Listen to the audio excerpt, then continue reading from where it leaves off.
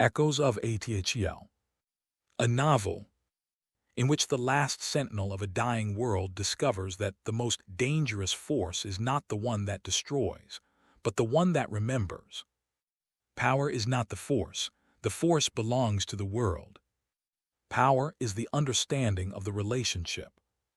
Sentinel Jax, Year 3 of the Restoration. Prologue: The Whispers of Power. The air was thick with the metallic tang of ozone and the acrid scent of burning flesh. Somewhere beyond the reinforced durasteel walls, a city screamed. Elder Thuron pressed his trembling palm flat against the cold surface of the Hegemony's prison cell, fingers splayed, feeling for something the walls could not hold, the faint, residual warmth of Aethel's pulse. Even here, even in this pit of suppression built from alloys engineered to be null conductors of kinetic resonance, he could feel it. A whisper, a heartbeat beneath the stone. They had stripped him of everything: his robes, his rank, his name in official record. They had broken 3 of his fingers during the first interrogation session, methodically, one joint at a time, while a Hegemony technician in a white coat monitored his vital signs on a datapad and noted with clinical detachment each threshold of pain. They wanted the names of the other sentinels. They wanted the locations of the hidden sanctuaries. They wanted, most of all, to understand the boy. Thuron had given them nothing. Outside, the rhythmic thrum of Enforcer hovercraft rattled the cell's single ventilation grate, a strip of corroded metal barely wide enough to admit a hand. Through it, the screams of the Undercity carried in fragmentary bursts, a woman's voice cut short, children crying in that terrible, inconsolable register that meant they had seen something no child should see. Thuron had grown old listening to those sounds. He had grown old failing to stop them. But not entirely failing, not yet. He closed his eyes and did what he had done for 60 years of his life. He reached inward, past the pain in his broken hand, past the hunger gnawing his ribs after 3 days without food, past the grief that had become so familiar it was almost a companion. He found the current. It was faint here, deliberately so. The Hegemony's architects understood that energy fields, if not suppressed, could be wielded. The cell was a suppression chamber. And still the current came, thin as a thread of silk, persistent as breath. Power without understanding is a wild current, he had told so many young sentinels over the decades, capable of both creation and destruction. Understanding was what they feared most, not the power itself, power they thought they could measure, contain, quantify, but the sentinel's understanding of the bond between kinetic force and the living world. That they could not put in a database. He thought of the boy, Kaelen, 11 years old when Thuron had last seen him, being carried from the ruins of the Dawnspire sector by a rebel courier, wrapped in a gray thermal blanket, eyes open and staring at nothing, his small hands faintly luminescent with uncontrolled kinetic discharge. In his grief shock, the boy had been inadvertently shaping the air around him, bending it, pressing outward in slow, trembling pulses that cracked the mortar of the walls nearby. Even unconscious with trauma, the boy was more powerful than any sentinel Thuron had trained in 40 years of service. Thuron had known it from the moment he first sensed the child, 3 years before Dawnspire, walking through a Sector 9 market with his father. He had felt the boy's resonance from 40 meters away, a clean, bright current threading through the noise of the city like a single note sustained above a crowd. He had turned, had seen a small boy of 8 standing perfectly still at a food stall while chaos swirled around him, an enforcer patrol dispersing the market, people scattering, the noise and the fear, and the boy had been the stillness at the center of it. Not frozen, still, as though the current had organized itself around his presence. He had sought out the father afterward, had seen, in the older man's careful composure and the way he instinctively kept his son behind him, another sentinel recognizing a colleague. They had spoken briefly, carefully, in the coded language of people who had learned to have important conversations in plain sight. The father's name was Darren. He was, Thuron had understood immediately, extraordinary, the kind of practitioner who comes once in a generation, whose alignment with the deep current was not learned but constitutive. And his son was going to be more. He had never told the boy that. The knowledge would have been a burden before it was a gift. The heavy clang of boots echoed in the corridor beyond the door. Multiple sets. They were coming in numbers this time. Thuron took a long, shuddering breath. He gathered what remained of the current, shaped it into something small and specific. Not a weapon. He was too depleted, too broken for that. Something else. A signal. A compressed kinetic message folded into the frequency of Aethel's own resonance. The kind of transmission that had no digital footprint, that Hegemony sensors read only as ambient planetary noise. He sent it outward through the walls, through the suppression field's gaps and imperfections, into the planet itself, into the network of sentinels who would be listening, always listening for exactly this signature. The message was simple: they are coming. Remember what you carry. Do not mourn me. Win. The door hissed open. Cold light flooded the cell. The enforcers filled the threshold, 4 of them, their black composite armor absorbing light, their visors mirrored and blank. Behind them, a man in a gray officer's coat, young, well-fed, cybernetic eye gleaming faintly in the dark. Elder Thuron. The officer's voice was smooth, bureaucratic. You have one final opportunity to cooperate. Thuron looked at them. In those mirrored visors he saw only his own reflection, a broken old man on a stone floor. He found, to his mild surprise, that he was smiling. I already have, he said quietly. You simply haven't understood what I've cooperated with. He felt the thread of the current one last time. Felt distantly the echo of young power somewhere beneath the city, a boy, 14 now, practicing in a ventilation shaft, shaping kinetic force with increasing precision and growing fury. The boy did not know yet how to grieve properly. That was all right. Grief was a teacher. In time he would learn that mourning and fighting were not opposites but the same motion, turned in different directions. They will remember us. The enforcers entered the cell. Thuron closed his eyes and let the current take the last of him. Chapter 1. The Shadow of Aethel. The wind that moved through the Undercity's canyons had a personality. Kaelen had spent enough years in these tunnels to know it intimately, its moods, its currents, its lies. Tonight it carried the familiar industrial rot of the eastern processing facilities, underlaid by something sweet and chemical that meant the Hegemony had deployed airborne sedatives again over Sector 12. Crowd management, they called it in the official feeds. Kaelen called it what it was. The slow, invisible throttling of a people who had forgotten they could breathe without permission. He moved along the high ledge of the third-tier maintenance walkway with the fluid economy of a man who had learned to never occupy space unnecessarily. His worn boots found the safe points in the corroded grating by instinct, by years of memorized pressure maps. Below, the Undercity breathed its exhausted, evening breath, workers returning from the processing floors in shifting columns, their breath misting in the chill, their eyes carrying that particular blankness that was not stupidity but something more painful, the deliberate suppression of the capacity for hope. He had been one of them once. Not in any literal sense, he had always been hidden, always been other, always been the boy with the strange stillness and the occasional unnerving habit of deflecting thrown objects without appearing to move. But he had lived among them. He had eaten their synthrations and breathed their recycled air and felt the weight of the Hegemony pressing down on every waking moment. He knew what it cost them. He knew what it had cost his parents. The patrol descended before he heard them. That was new. The standard enforcer hovercraft, the Mantis class, the workhorse of Undercity suppression, had a characteristic engine frequency, 340 Hz at idle, climbing to 480 on acceleration. Kaelen could identify it from 3 blocks away in open air, but these craft were running on something different, a suppressed drive system, almost whisper quiet. He only caught them by the way the air pressure changed. A subtle compression wave he felt against his skin, a half second, before the craft cleared the roof line.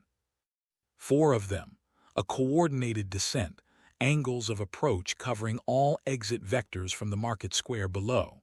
Someone in logistics was earning their salary tonight. He pressed himself flat against the grating and watched. The workers scattered immediately, not the panicked sprint of the unprepared, but the practiced, joyless dispersal of people who had done this many times. They knew the drill. Don't run directly. Don't group. Don't make eye contact with the visors. Find a doorway, find a shadow, become invisible, wait for it to pass. Most of them made it. Most of them always did. The patrols weren't designed to be efficient. They were designed to be visible, to remind, to teach, through repetition and low-grade fear, that the air above the Undercity belonged to the hegemony and everything below it served at their sufferance. But tonight there was a girl who didn't make it. She was perhaps his age, 19, 20, narrow-shouldered in a worker's coverall that had been patched so many times the original fabric was a minority. She'd been scavenging the restricted tech dump on the square's eastern edge. Kaelen had watched her working it for the past 20 minutes, methodical and careful, slipping components into the deep pockets sewn into her lining with the practiced efficiency of someone who had been doing this for years. A power coupling, 3 capacitor arrays, a partial guidance unit from a decommissioned drone, which would fetch enough on the gray market to buy real protein for a week. She stumbled over a displaced grating section. Her haul clattered across the ferrocrete in a spray of salvaged metal.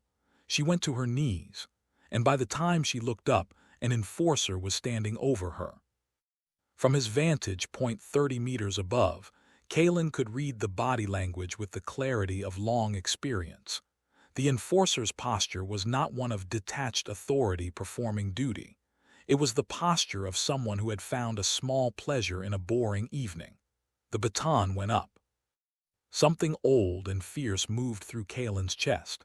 He recognized it the way you recognize a song you haven't heard in years.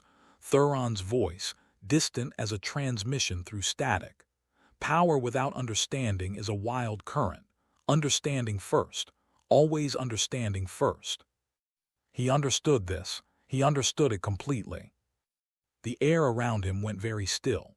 Kaelen let the current move through him, not the desperate, uncontrolled surge of the orphaned child in the ruins of Dawnspire, but something precise and adult and furious.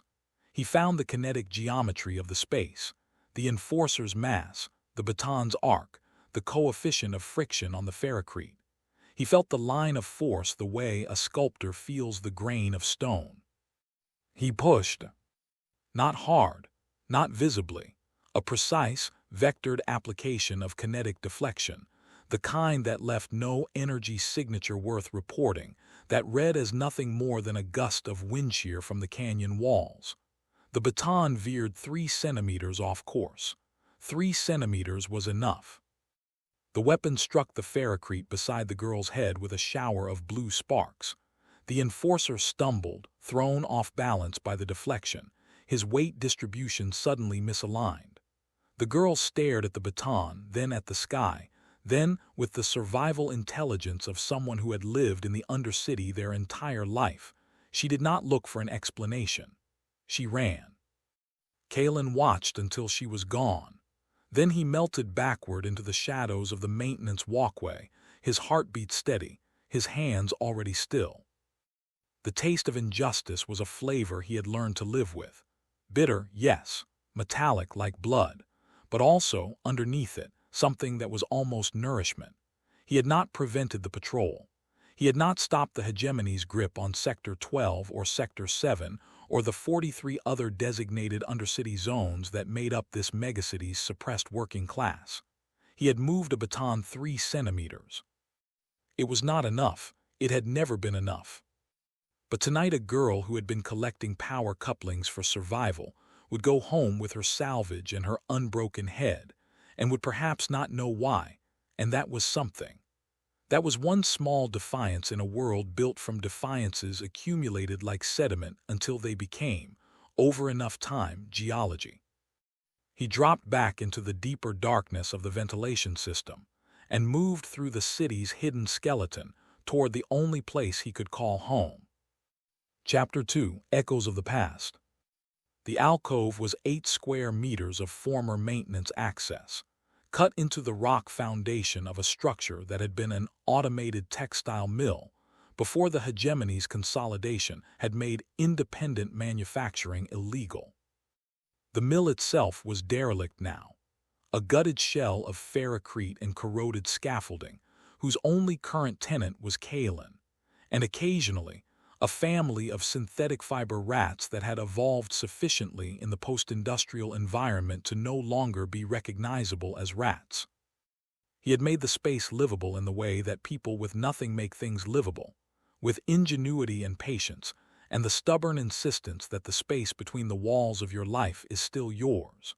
A folded thermal mat, a salvaged datapad cracked in one corner but functional, its charge maintained by a strip of piezokinetic cells he'd fashioned from scavenged components, powered by the ambient vibration of the city above.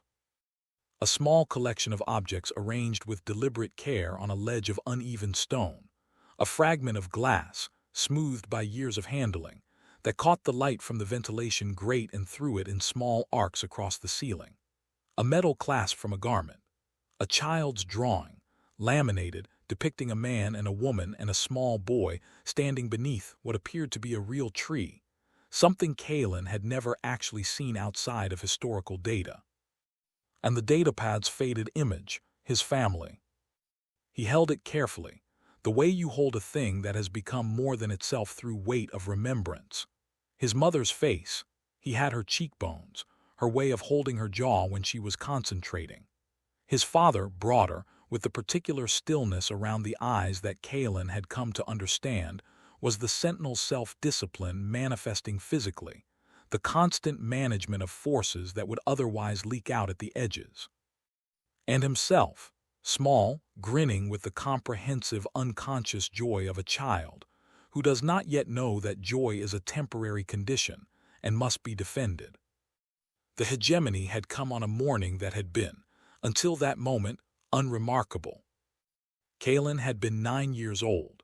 He remembered the quality of the light first, ordinary morning light, blue-white through the settlement's atmospheric processors, the kind of light that meant nothing in particular. He remembered his mother humming something at the cooking unit, a low sound that had no particular melody, but was the sound of someone who was comfortable in their body, in their home, in their world.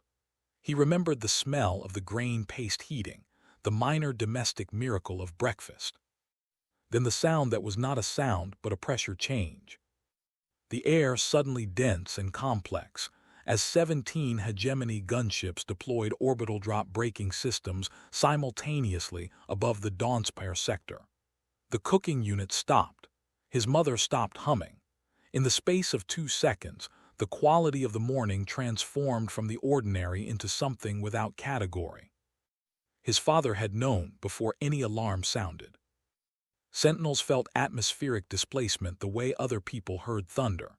He had come out of the back room already moving, already changed, not physically, but in some essential way, the domestic calm of morning replaced by something ancient and purposeful. He had the quality of someone who has been waiting for something for a very long time and has now, without relief, seen it arrive. He looked at Kaelen's mother first. Something passed between them in that look, not words, not even an expression that Kaelen, at 9 years old, could have decoded. It was the look of 2 people who have spoken, in private, many times about a scenario they hoped would never arrive, and are now in that scenario, and know exactly what the conversation concluded. His mother moved. She pressed the laminated image into his hands with a steadiness that was its own kind of violence, the force required to be steady in that moment. She said nothing. Her eyes said everything. His father looked at Kaelen with an expression the boy had not understood at the time. He understood it now. It was the look of a man who is about to do something that he knows will be the last thing he does, and who has decided it anyway. "Get to the basement," his father said. His voice was the same voice it was at breakfast. Utterly the same. Kaelen had thought about this for years, the way his father had chosen in that moment not to let fear into his voice, as though the steadiness itself were a gift he could leave. Stay below the second support column. Don't use your powers. Don't make a sound. Don't come out until a Sentinel code word finds you. He paused.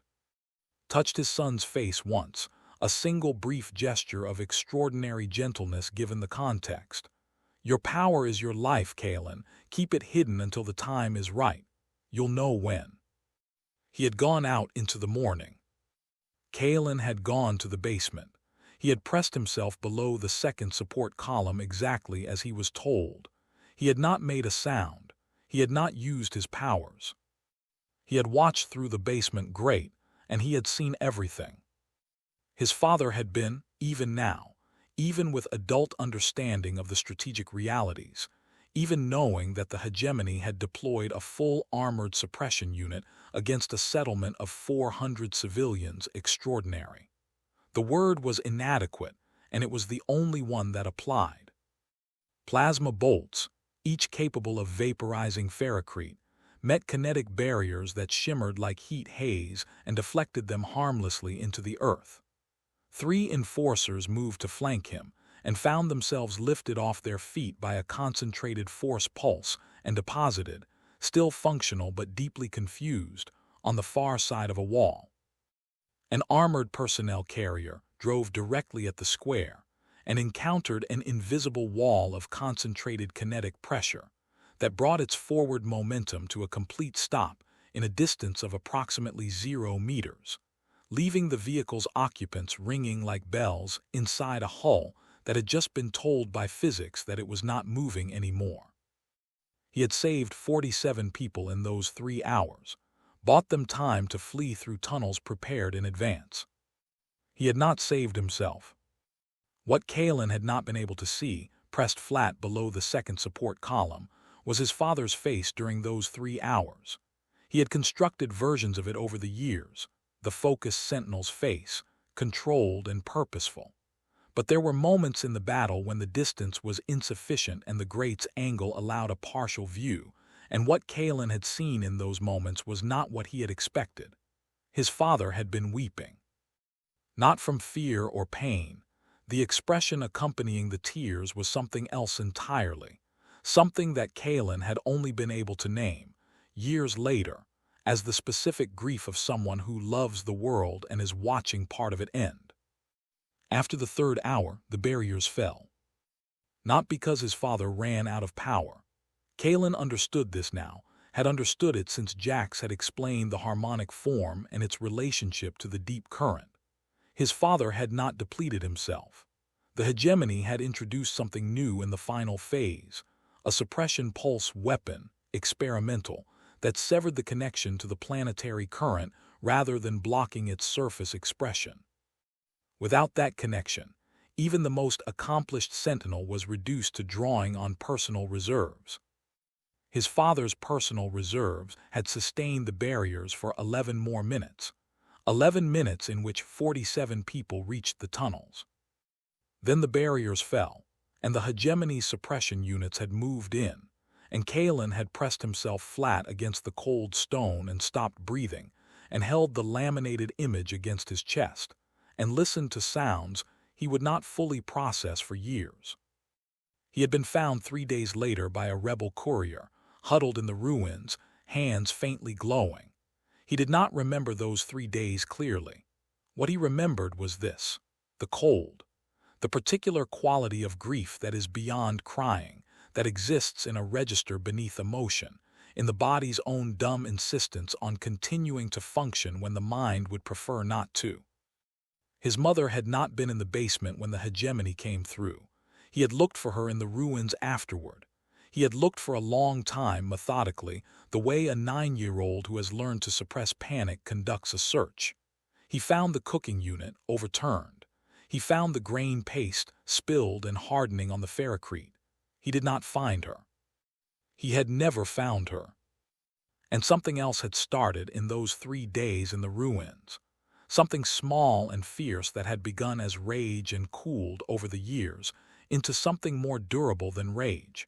Something that had words. Never again. They will not take anything else. He put the datapad back on the ledge with care.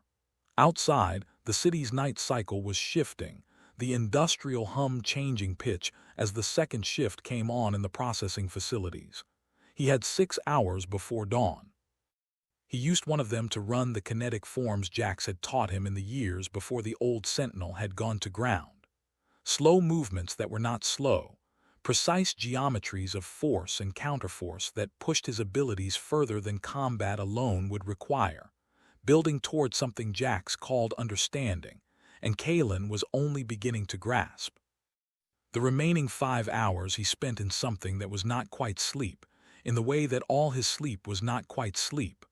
Always a part of him listening, always a current kept ready, like a coal banked against the cold. He was not afraid of the hegemony. He understood them too well for fear. What he felt was something more precise, a long, considered, carefully maintained intention. He was waiting. Chapter 3: The Spark of Rebellion. The automated supply convoy moved along Skylane 7 with the ponderous authority of the inevitable 7 cargo haulers, each the size of a city block laid on its side, their anti-gravity engines pushing a wall of compressed air before them that you could feel in your teeth from 4 blocks away. They ran on a fixed schedule, one of the few things in the Undercity that ran on a fixed anything. Hegemony logistics were scrupulously regular. It was, in its way, a kindness. At least you always knew when the boot was going to fall. The rebels had positioned themselves badly. Kaelen saw this from the moment he cleared the roofline of the processing complex and took in the tactical geometry of the situation. 6 fighters, experienced hands from their movement patterns, people who had done this kind of work before, attempting to disable the convoy's lead hauler using explosive charges attached to the anti-gravity housing. The problem was geometry. They had placed 2 of their people directly below the exit vector of the secondary turret arrays, which were currently in their resting position, but would reorient to threat response in approximately 12 seconds upon alarm activation. The problem was coordination. 2 of the 6 were watching the wrong approach vectors, meaning the flanking enforcer patrol was going to arrive at the intersection point before the charges were set. And the problem was sheer audacity, which was not a problem at all, but rather the only thing Kaelen genuinely admired. They were trying, which was more than most. The alarm blared at 22:04 by his internal clock. The turrets swiveled. The patrol arrived, and the rebels, to their credit, did not break and run. They adapted, splitting into 2 groups, one drawing fire while the other continued toward the hauler. It was a reasonable response to a deteriorating situation. It was also insufficient. Kaelen had made a decision some time ago. He could not have said exactly when, only that it had been building for years, accreting like sediment, that the hidden life was a kind of slow death. Thuron's transmission on the night of his death had contained a final directive, felt rather than heard, folded into the kinetic signature. Do not mourn me. Win. Winning, Kaelen had come to understand, required being visible. He dropped from the roofline. The descent was 30 meters. He managed it without the theatrical impact of someone who hadn't been practicing. A controlled deceleration using kinetic resistance against his own fall, arriving at street level in a half-crouch that radiated energy outward in a wave that was more psychological than physical. The shockwave knocked 2 enforcers off their feet and more importantly announced, unmistakably, that something new and unexpected had arrived. What followed was the closest thing Kaelen had to joy. He moved through the fight the way water moves through a landscape, finding the paths of least resistance, adapting to the terrain in real time. A plasma bolt coming in from his left, he deflected it 45 degrees into a turret housing, which shorted the secondary array without requiring him to engage it directly. 3 enforcers moving in coordinated triangle formation. He disrupted the formation with a focused kinetic push that caught the central element and redistributed him onto his colleagues with considerable force, which addressed all 3 simultaneously. The rebels, Initially frozen by his appearance, unfroze. They were fighters, they recognized fighting, and they matched his energy with their own. The charges went on the hauler, the countdown began. But the Hegemony had not deployed 6 enforcers. They had deployed 18, the secondary wave held in reserve around the corner of the processing block, waiting for exactly the tactical moment when a small rebel group thought they had won. Smart. Valerius's hand was visible in this, even now, even before Kaelen knew the man's name. "Move," Kaelen shouted to the rebels. "Exit vector north, maintenance tunnel access, 3rd grading." He had memorized every tunnel access in a 6-block radius. This was not because he was particularly organized. This was because he had always, on some level, known this moment was coming. He held the line for 90 seconds.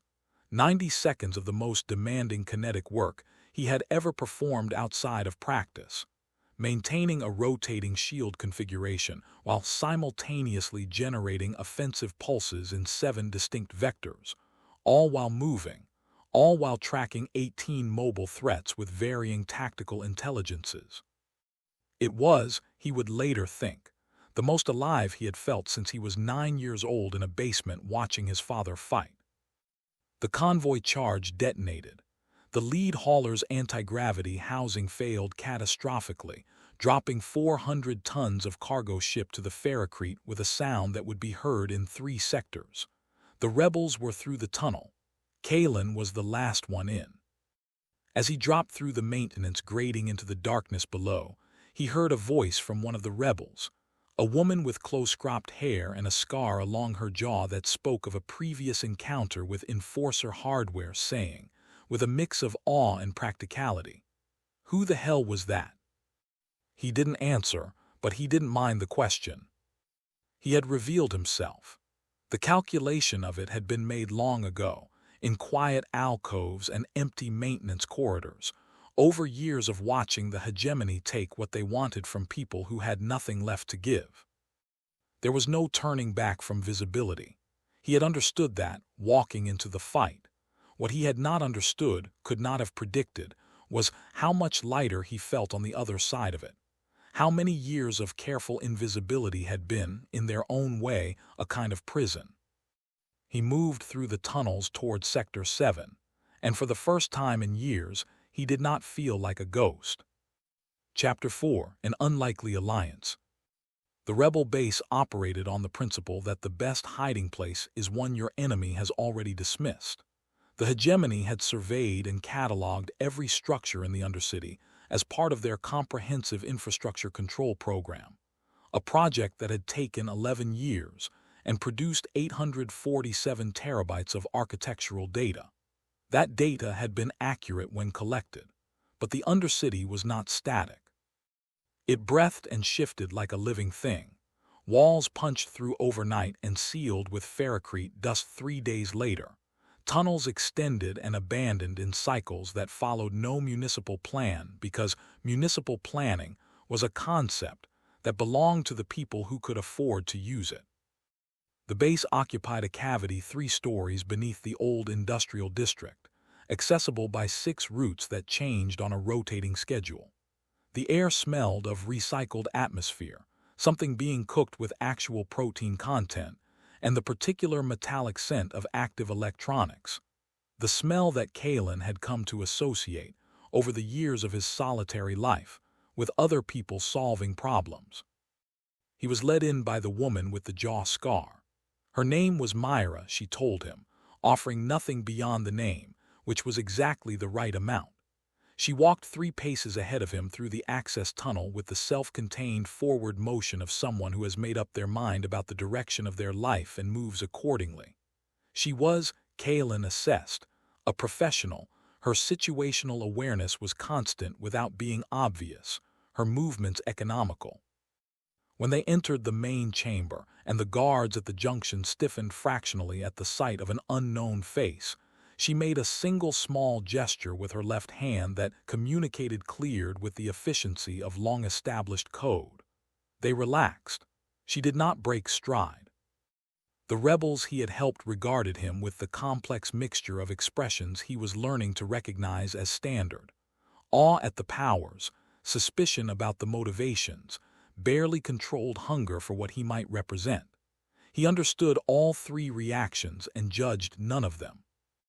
The base was larger than he'd expected. 40 people, perhaps more, moving through it with the specific purposeful energy of an organization that had developed its own operational culture.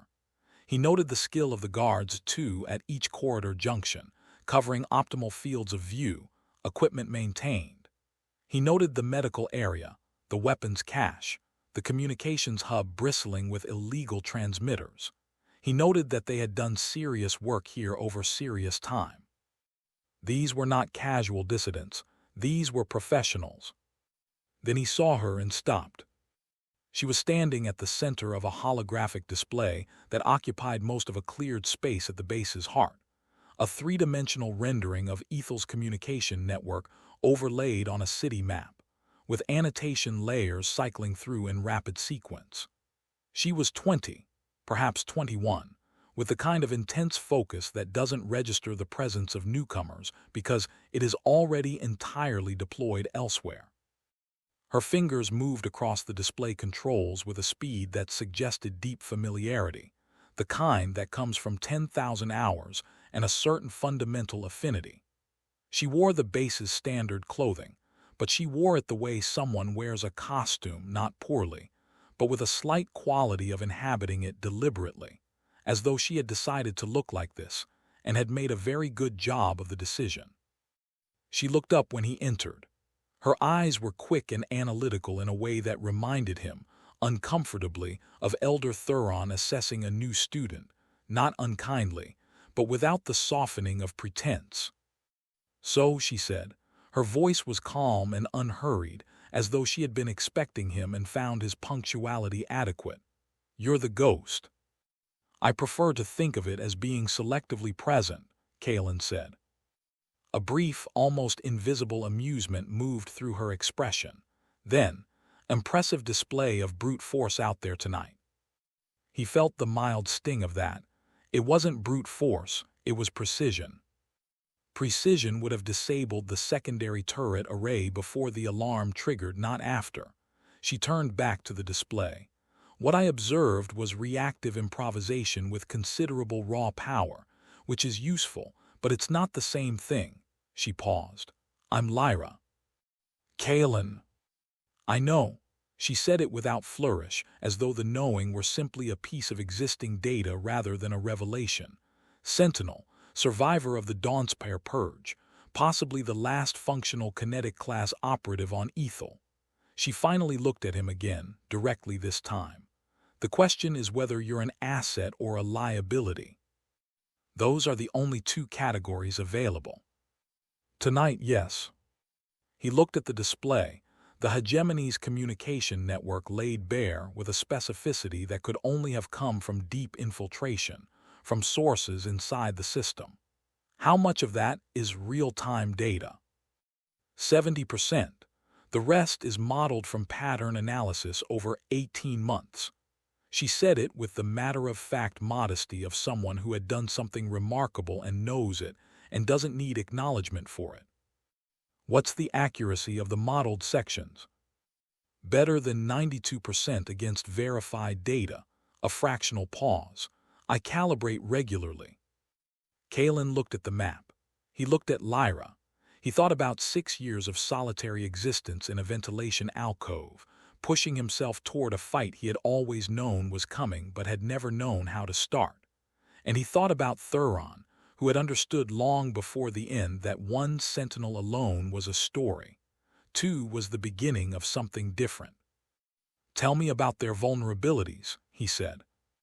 And Lyra, for the first time, smiled. It was a small smile, controlled and precise, but it was genuine. She turned back to the display and began. They talked for 4 hours.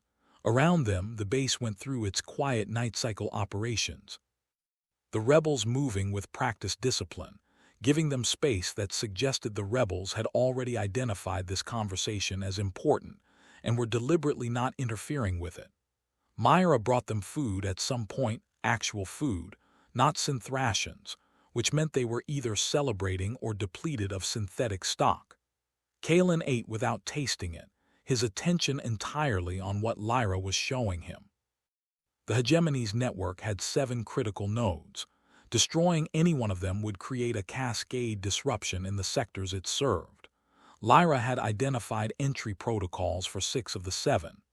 The 7th, the central relay, buried in the upper city's most secure district, was protected by a physical barrier that no digital approach had yet penetrated. A physical barrier. Kinetic forces applied with precision could address physical barriers. "You've been looking for someone like me," Kaelen said. "Not accusation, statement." "I've been looking for someone effective," Lyra said. "You happen to be effective and unusual." She paused. "The unusual part I'm still evaluating." "I'll try to be helpfully unusual." "That," she said, "is exactly the right answer." Something shifted in the air between them in that moment. Not yet friendship, not yet the deeper thing it would become, but the specific recognition of minds that work at compatible frequencies finding each other. Rare, not to be taken lightly. Outside, the city continued its oppressed, exhausted night. Inside the base, 2 people who had been, in their different ways, alone for a very long time began to plan. Chapter 5. The Engineer's Vision. The command center occupied the deepest chamber of the base, a carved-out space that had originally been a storm-drain cistern, now dry and repurposed. Lyra had filled it with herself, 3 workstations running in parallel holographic displays arrayed in a semicircle, a wall of hand-annotated schematics that covered every surface from floor to ceiling. The schematics were not disordered. They had the appearance of disorder the way a symphony has the appearance of noise if you don't know how to listen. "Walk me through it," Kaelen said.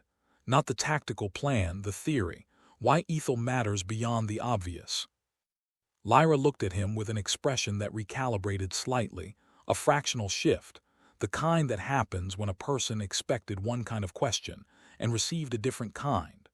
Then she set down what she was holding and pulled a chair to the edge of the primary display.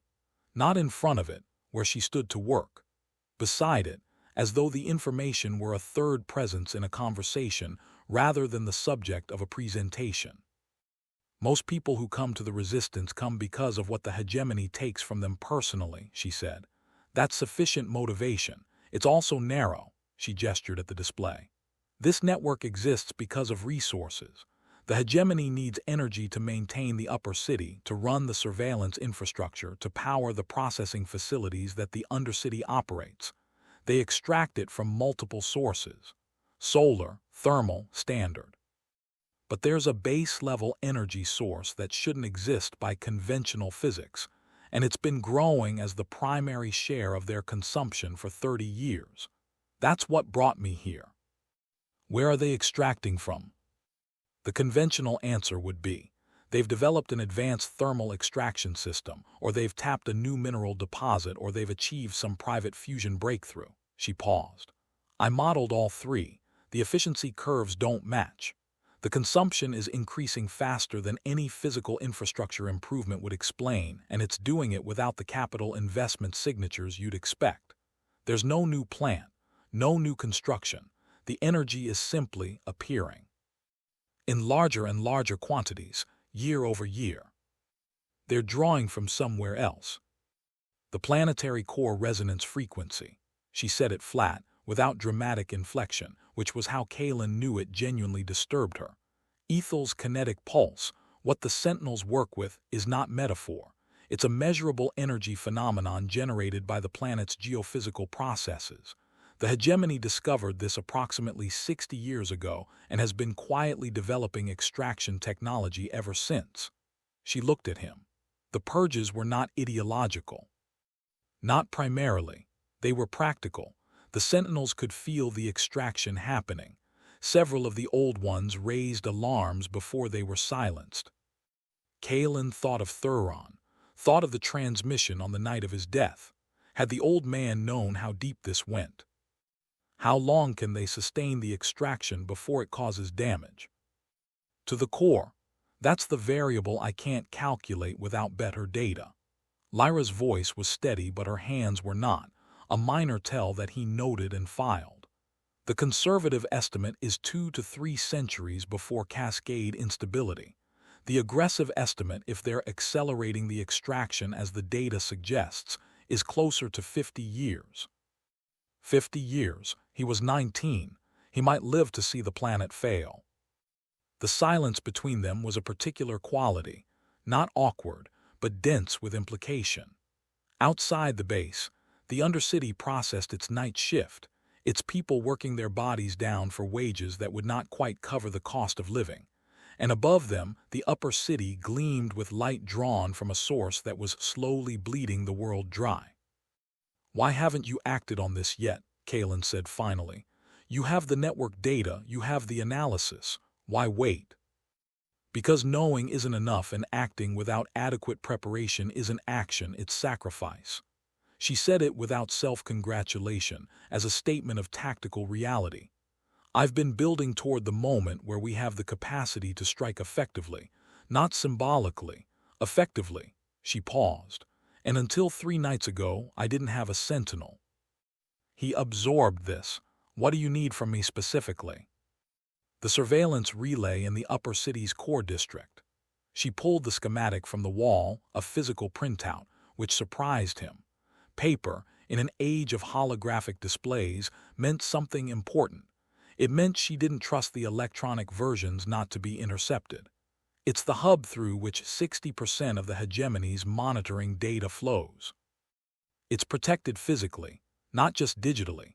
The building's outer structure is reinforced to a standard that defeats conventional explosive and most directed energy weapons. But kinetic force applied at the right structural nodes would cause the building to become unstable without triggering the standard intrusion protocols, because the protocols are designed to detect conventional attack vectors. They're not looking for kinetic pressure. No one outside the oldest historical records believes kinetic pressure at that scale is possible." She looked at him. "I need you to be impossible." It was, he thought, the best job description he'd ever received. "Show me the structural analysis," he said. They worked through the night, shoulder to shoulder, the holographic display shifting between them as they built the plan. He showed her things about kinetic force vectors she hadn't known. She showed him things about hegemony system architecture he couldn't have imagined. The work was intimate in the way that intellectual collaboration can be intimate, a shared focus that erodes the careful distance between strangers. He found, as the hours passed, that he was watching her as much as the display. Not in the way that he watched threats, the constant peripheral assessment of a man who had lived alone in a hostile city for 6 years. Something different. He watched the way her thinking moved, the quick lateral jumps, the return to a problem from a new angle, the specific quality of her pauses, which were never the pauses of hesitation, but always the pauses of someone assembling something correctly before speaking. She thought in systems, he realized, not sequentially but architecturally, holding many variables simultaneously in a structure that he could only perceive the outline of, as though she were building something in 3 dimensions and he was watching from the side. He had never met anyone whose mind worked like this. "At some point in the deep hours," she said, without looking up from the display, "most people who work with kinetics expect the Sentinel to be a certain type, larger, more blunt." "Most people's expectations are low," Kaelen said. "Mine aren't." She did look up then. "Don't let me down." "I'll try to restrict my failures to novel categories," he said.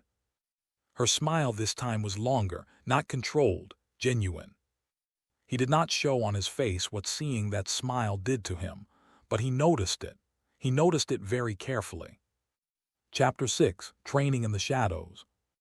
Jax appeared 3 days after Kaelen's arrival at the base, stepping from a maintenance tunnel at 300 in the way that old Sentinels had a habit of doing. As though time and space had been inconveniences they had learned to work around.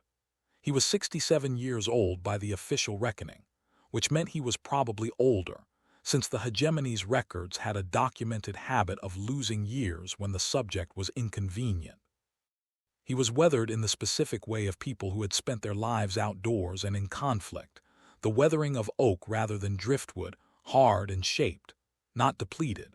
His hands, wrapped around the staff he used more as a companion than a support, had the knuckles of a practitioner who had been working with kinetic force for 50 years. The joints were not enlarged or broken but subtly different, shaped by the accumulated passage of energy through them. He looked at Kaelen for a long moment and said, "You've been using the reactive form when you should be using the harmonic form." "I'm aware," Kaelen said. "Hello, Jax." "Hello, boy." The old man sat down without being invited, accepting a cup of something hot from Myra with the ease of someone who had been there before. "You've grown." 9 years tends to do that. "Some people stop growing at the moment of loss," Jax said, not unkindly, factually. "You haven't, that's worth noting." He set down his cup and looked at the base with the particular comprehensive assessment of an old strategist taking in a new situation. "The engineer's work." "Lyra, yes. I've heard of her. Hegemony-born, upper city upbringing. Her mother sits on the technical committee." He paused. "Unusual pedigree for the resistance. The best defectors are always from the inside." "True," Jax said. "It still requires trust." "I know." Jax looked at him steadily. "Do you? Or are you doing what young Sentinels always do, which is confuse tactical utility for trust?" This was something Kaelen had not permitted himself to examine too closely. He examined it now, under Jax's unhurried gaze, with the discomfort of honest self-assessment. He thought about Lyra's hands on the display, her smile in the deep hours, the way her voice changed fractionally when she was genuinely engaged versus performing engagement for the room. "Both," he said finally, "but not in equal proportion." Jax nodded as though this were the correct answer. "Good, now, show me what you've been practicing."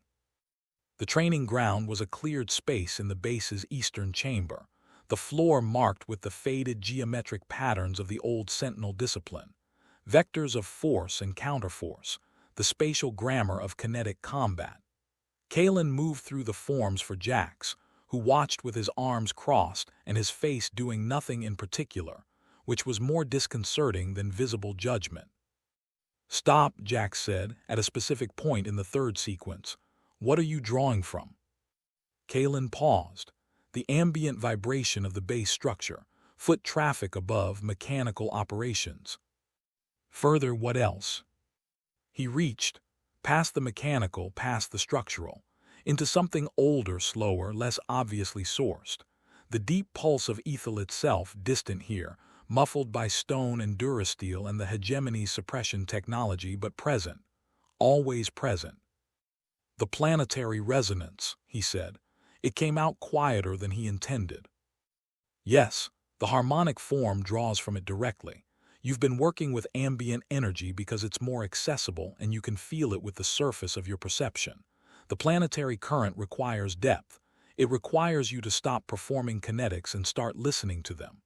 Jax uncrossed his arms.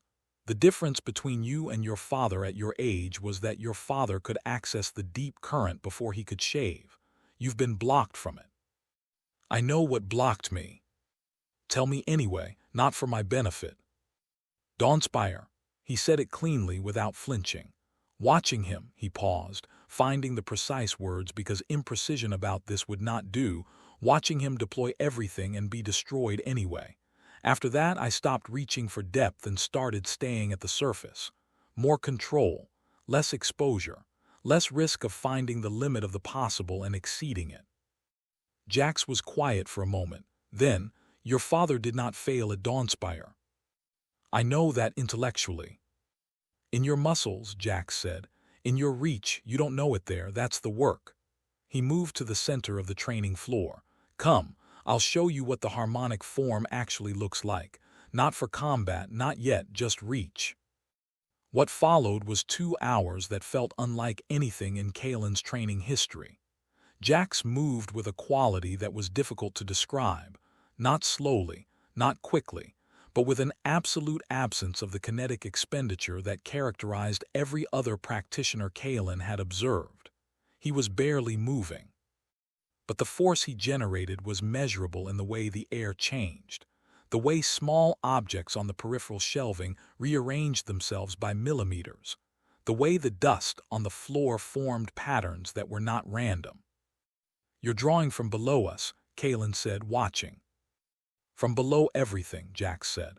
"From the origin. This is not technique, boy. Technique is what you do when you don't yet trust the source. This is alignment."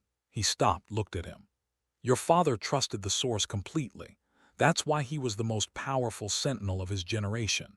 And yes, it's why when the hegemony came with everything they had, he gave everything he had in return.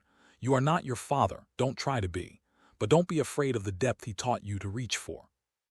He paused. He knew you were watching from the basement. Great. He knew it throughout the battle.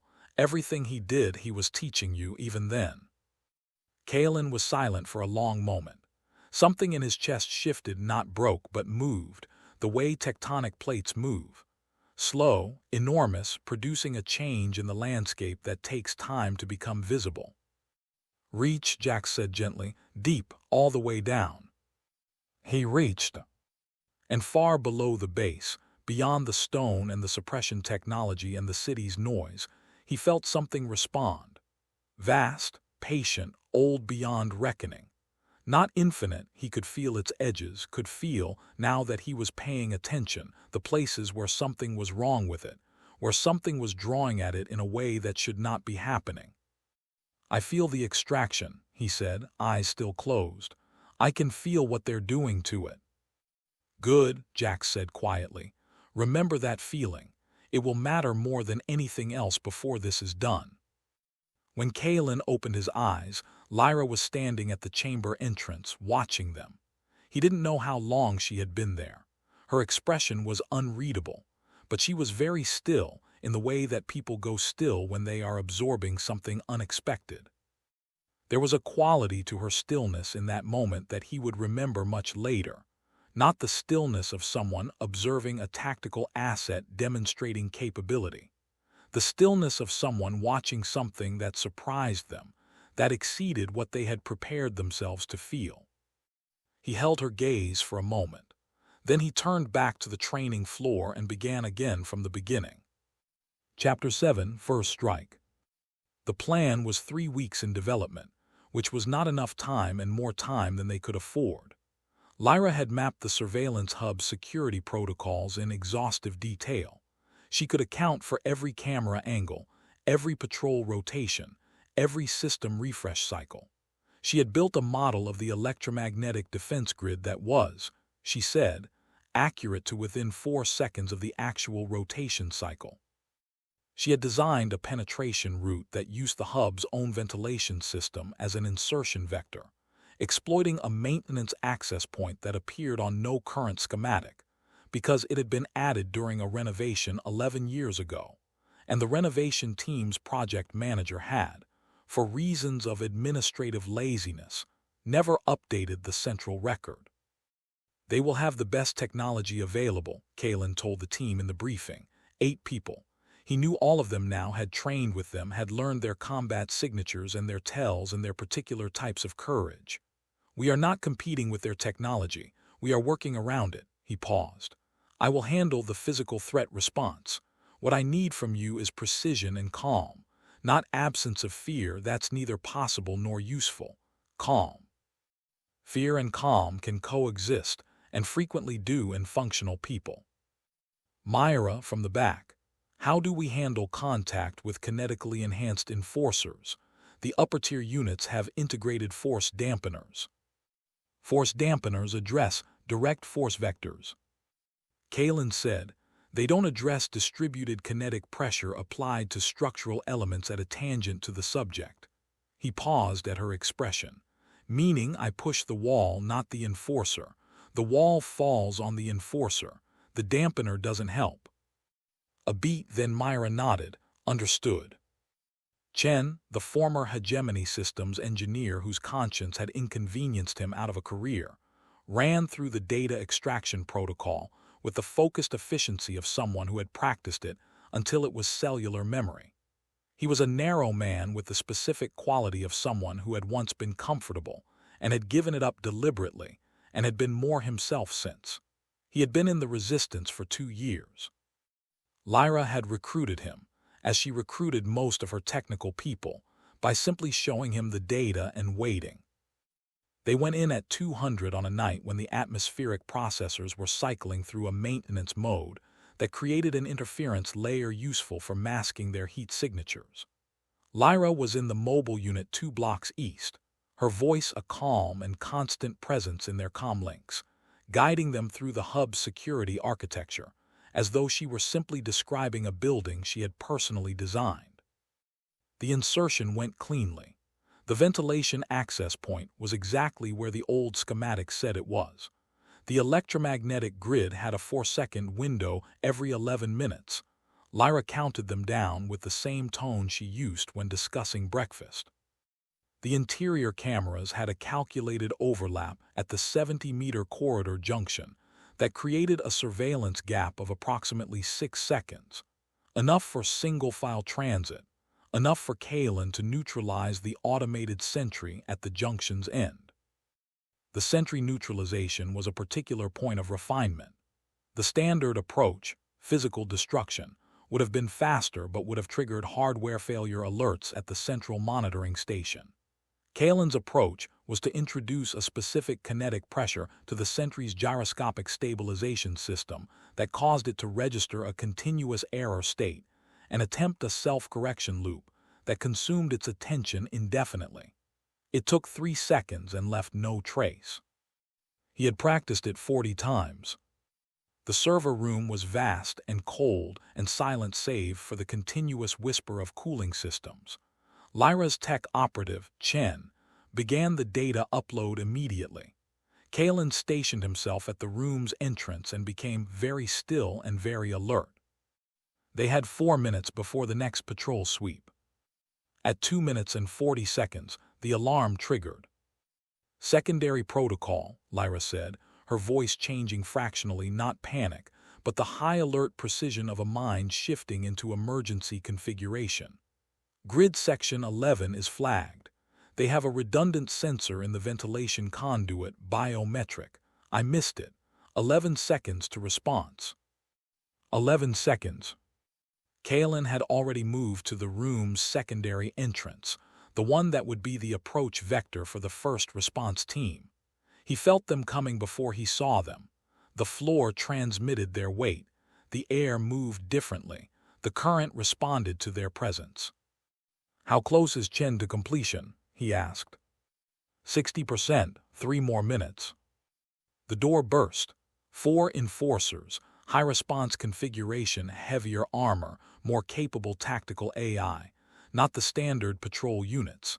Kaelen hit them with a distributed kinetic field that was more like a physical shove from every direction simultaneously. 2 went down. 2 maintained footing and brought their weapons up. The next 90 seconds were the most demanding 3 minutes of his life until that point. He learned something important in those 90 seconds. Kinetic ability did not make him invulnerable. It made him harder to hit and harder to stop and capable of ending confrontations faster than conventional fighters. But it had limits. It drew on a resource that depleted under sustained use. And sustained use was what the next 3 minutes required. Chen was at 80%. A reinforcement squad hit the corridor entrance. 6 more, these ones moving in the coordinated formation that indicated trained anti-kinetic protocols. They had been briefed. Someone at the top of the Hegemony security apparatus had anticipated the possibility of Sentinel interference and had prepared responses. That, more than anything, told him they were on the right track. "Chen," he said, while deploying a kinetic barrier that absorbed 3 plasma bolts simultaneously. "How long?" 40 seconds. He bought 40 seconds. When the upload completed, the team moved. They went out the way they had come in, Kaelen rear-guarding with a spent feeling that he was careful not to show in his movement because these were his people, and what they needed from him was confidence. In the mobile unit, 2 blocks away, Lyra was watching the data scroll in. She had not said anything for 30 seconds, which was longer than her average silence by a factor of 3. "Lyra," he came through the unit's rear hatch, breathing controlled, body asking pointed questions about its current resource levels. "Tell me." She looked up from the display. Her face was the expression of someone who has confirmed a theory that they had hoped would be wrong. "The extraction," she said, "it's worse than I modeled." She turned the display toward him. "Kaelen, they're not slowly bleeding the planet, they're accelerating the process. There's a timeline in here. They have a planned completion date." "How long?" 30 years, she said, "after which they extract the last of it, the planet's kinetic field collapses." A pause, very brief. "Aethel dies." The server room data was still streaming into their systems. Outside, the damaged surveillance hub was already sending emergency signals to Hegemony Central Command. In a tower in the upper city, a man named Valerius was being woken from sleep to review reports about unusual energy signatures. But in the mobile unit, for one suspended moment, it was just the two of them with the weight of what they had found. Kaelen looked at the data, looked at Lyra. He felt the deep current running through the stone beneath him, thinner than it should be, strained like a rope pulled by too many hands. "Then we don't have 30 years, he said. "No," she agreed, "we don't." They looked at each other in the display light, in the specific quality of silence that exists between two people who have just accepted something enormous and driven forward anyway. Chapter 8: The Hegemony Responds. Commander Valerius did not permit himself the luxury of anger. Anger was imprecision given emotional form, and Valerius had built his career and his self on precision. He had climbed from the lower tiers of the Hegemony's military apparatus to his current position of authority through 40 years of exact calculation, the precise application of force, the precise assessment of threat, the precise understanding of when to be visible and when to be invisible. He had served 3 executive directors and outlasted each of them, not through flexibility but through the opposite, the rigidity of someone who had correctly identified the governing principles of power and aligned himself with them permanently. He stood before the damaged hub's report on a display screen in the operations tower's primary command suite and studied it with the attention an expert gives to a puzzle that is pretending to be simpler than it is. The surface facts were straightforward. A rebel infiltration team had accessed a surveillance hub, partially uploaded an extraction virus, and escaped with data. The infiltration route was unusual. The ventilation maintenance access had not appeared in any threat assessment. The data extracted was classified at mid-level, significant but not catastrophic. The response team had been neutralized without casualties, which was operationally unusual for rebel forces operating in the upper tier of hegemony infrastructure. The subsurface fact was this: the energy signatures in the hub's kinetic monitors, sensors so sensitive they could detect the vibration of a human heartbeat at 20 meters, showed something they had not shown since the purges, something he had personally supervised the elimination of. He pulled the raw sensor data and read it 3 times. "Sir," Lieutenant Sorin, his adjutant, was young and efficient and possessed the admirable quality of knowing when to speak and when not to. This was a moment for not speaking, and she was respecting it. "The legends," Valerius said, not moving his eyes from the display. "Sir." "The old Sentinel histories, the kinetic energy records from before the purges, pull them." He paused. "Cross-reference with these signatures. That archive is restricted to." "I know what it's restricted to." He looked at her briefly. "Pull it." While she worked, he moved to the window. The upper city spread below him in its engineered perfection, clean lines, functioning infrastructure, the ordered beauty of a civilization that had solved the problem of disorder by eliminating everything that produced it. He had believed in this. He still believed in it.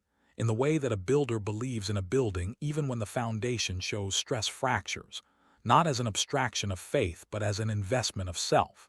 He had put 40 years into this. He had made choices that no one who had not been in this position could fully understand. You did not maintain order at scale without cost. The cost was paid. The order was real. And a sentinel had walked into one of his secure facilities and walked out again. The cross-reference came back in 90 seconds. The signature match was 94.7%. Increase patrols in all undercity sectors, he said, his voice completely level. Double surveillance coverage, full spectrum. Every anomalous energy reading reported directly to this office, unfiltered. He paused. And begin analysis on the data extraction. Identify what they took, specifically. He knew what they had taken. He had been anticipating this possibility for years. The day when the extraction program's existence became known outside the executive circle. He had prepared contingency protocols. He had prepared several layers of contingency protocols. What he had not prepared for was the specific texture of the threat. A sentinel, operating with a rebel network that had both digital sophistication and now kinetic capability, pursuing a data trail that led directly to the extraction program. This was not a rebellion. This was a challenge. He turned from the window. And Soren, I want a full tactical brief on the known rebel networks in Sector 7 and the adjacent districts. Everything we have. I want to understand their organizational structure, their resources, and their leadership. Understood, sir. And find me the Sentinel, he said. Find me the source of that signature. Alone in the command suite after she left, Valerius permitted himself 30 seconds of something that was not quite unease. He did not do unease on principle, but was in the neighborhood of that experience. 30 years ago, before the purges, he had been the junior officer assigned to assess the Sentinel community's threat potential. He had been thorough. He had been, he thought, complete. The Sentinels had been eliminated as a functional force, with the kind of systematic efficiency that was his signature. And yet here was a signature. Here was the evidence of persistence. Here was the planet's living force, which he had spent 40 years treating as mythology, manifesting in his secure infrastructure with 94.7% match certainty. He thought of the boy reported in the Dawnspire Purge records, the orphan, unaccounted for, whose name appeared once in a liaison officer's notes and never again. Eyes like nascent stars, the note said, which was the kind of metaphor that appeared in Sentinel documents and nowhere else. He had dismissed it at the time. He had been dismissing it ever since, with the specific efficiency of a man who knows that what he is dismissing may one day require his full attention. He had underestimated the current. He was not accustomed to underestimating things. The feeling was clarifying, in the way that discomfort is clarifying when it tells you something accurate about the gap between what you believed and what is true. Valerius made a note to pull that file. Then he made another, prepare the hunt. Chapter 9, Whispers of Hope. The word moved through the undercity in the way that words move through spaces of suppression, not loudly, not in the open, but with the particular velocity of something that answers a need people did not know they had a name for until the thing arrived and named it for them. A sentinel. The surveillance hub in Sector 9 had been hit. The Hegemony was saying it was a minor disruption, a random act of vandalism, that 3 rebels had been apprehended and the situation was fully controlled. The Hegemony said many things. The Undercity had, over generations, developed a calibrated inverse relationship with official statements. The more emphatically the Hegemony asserted that something was nothing, the more certainly it was something. And the patrol members who had been deployed to the hub, young enforcers, new to the job, still at the stage of their careers where they processed experience as human beings rather than as components, had talked to people. Not defiance, not disloyalty. just the human inability to contain an extraordinary experience without sharing it. They had seen something. They had felt something. A force that had no weapon origin, that came from everywhere and nowhere, that had picked up a fully armored tactical squad and distributed them across a room with the casual efficiency of someone tidying a space. In the Undercity, the word for this was Sentinel. An old word, older than the hegemony, older than the megacities, older than everything the current generation had lived their entire lives inside.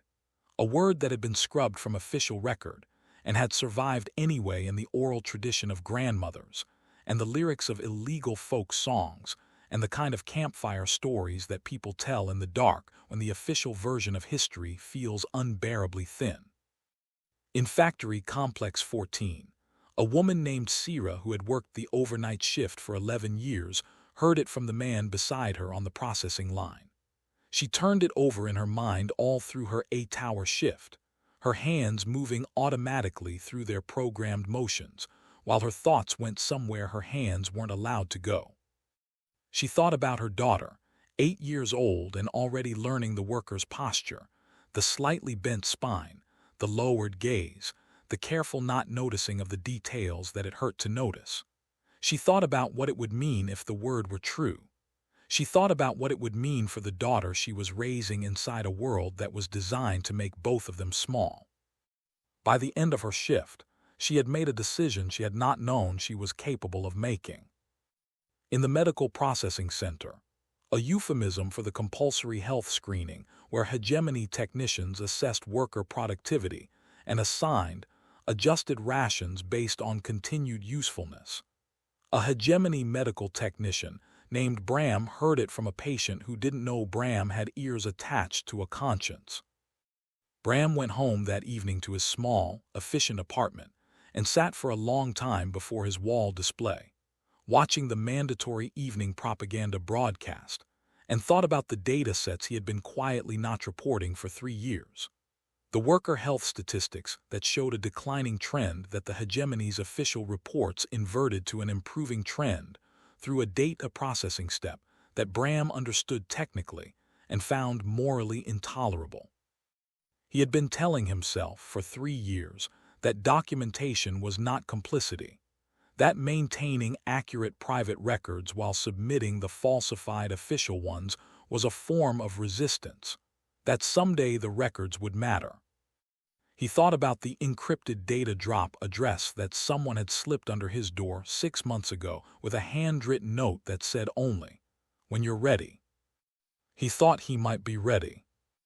That night, Bram copied 3 years of suppressed health data onto an encrypted drive and walked it to the dead drop location specified on the note. He slid it through the slot in the wall. He stood in the dim corridor for a moment, feeling the specific vertiginous quality of having crossed a line he had been approaching for a very long time. Then he walked home, made himself a cup of the ersatz tea that was all his ration allocation permitted, and sat in the quiet of his apartment with something new in his chest. It felt, he would think later, like breathing differently, as though he had been using only part of his lungs for years without noticing and had just been reminded of the rest. In the deep Undercity, in a tunnel system that the hegemony had decommissioned in their last infrastructure survey, and therefore no longer actively monitored, a 12-year-old named Pell heard it from her older brother who had heard it from his resistance contact. Pell, who had been born into the resistance in the sense that her mother had died in an enforcer sweep when she was 4 and her father had followed 2 years later, and her brother had been raising her in the network ever since, felt the word move through her with a quality she would have struggled to articulate. Something like when you've been cold for so long that you've stopped noticing the cold, and then someone opens a door and the warmth comes in. She wrote the word in the condensation on the tunnel wall, just the word, then watched it evaporate. Even then, it felt permanent. She was 12 years old and she had seen enough of the world to understand what it usually did to things that felt permanent. She had buried her parents. She had watched her brother come home from operations with wounds he never fully explained. She had eaten synthrations for so long that she had stopped being able to imagine what real food tasted like, and she had made peace with that. But this word moved differently.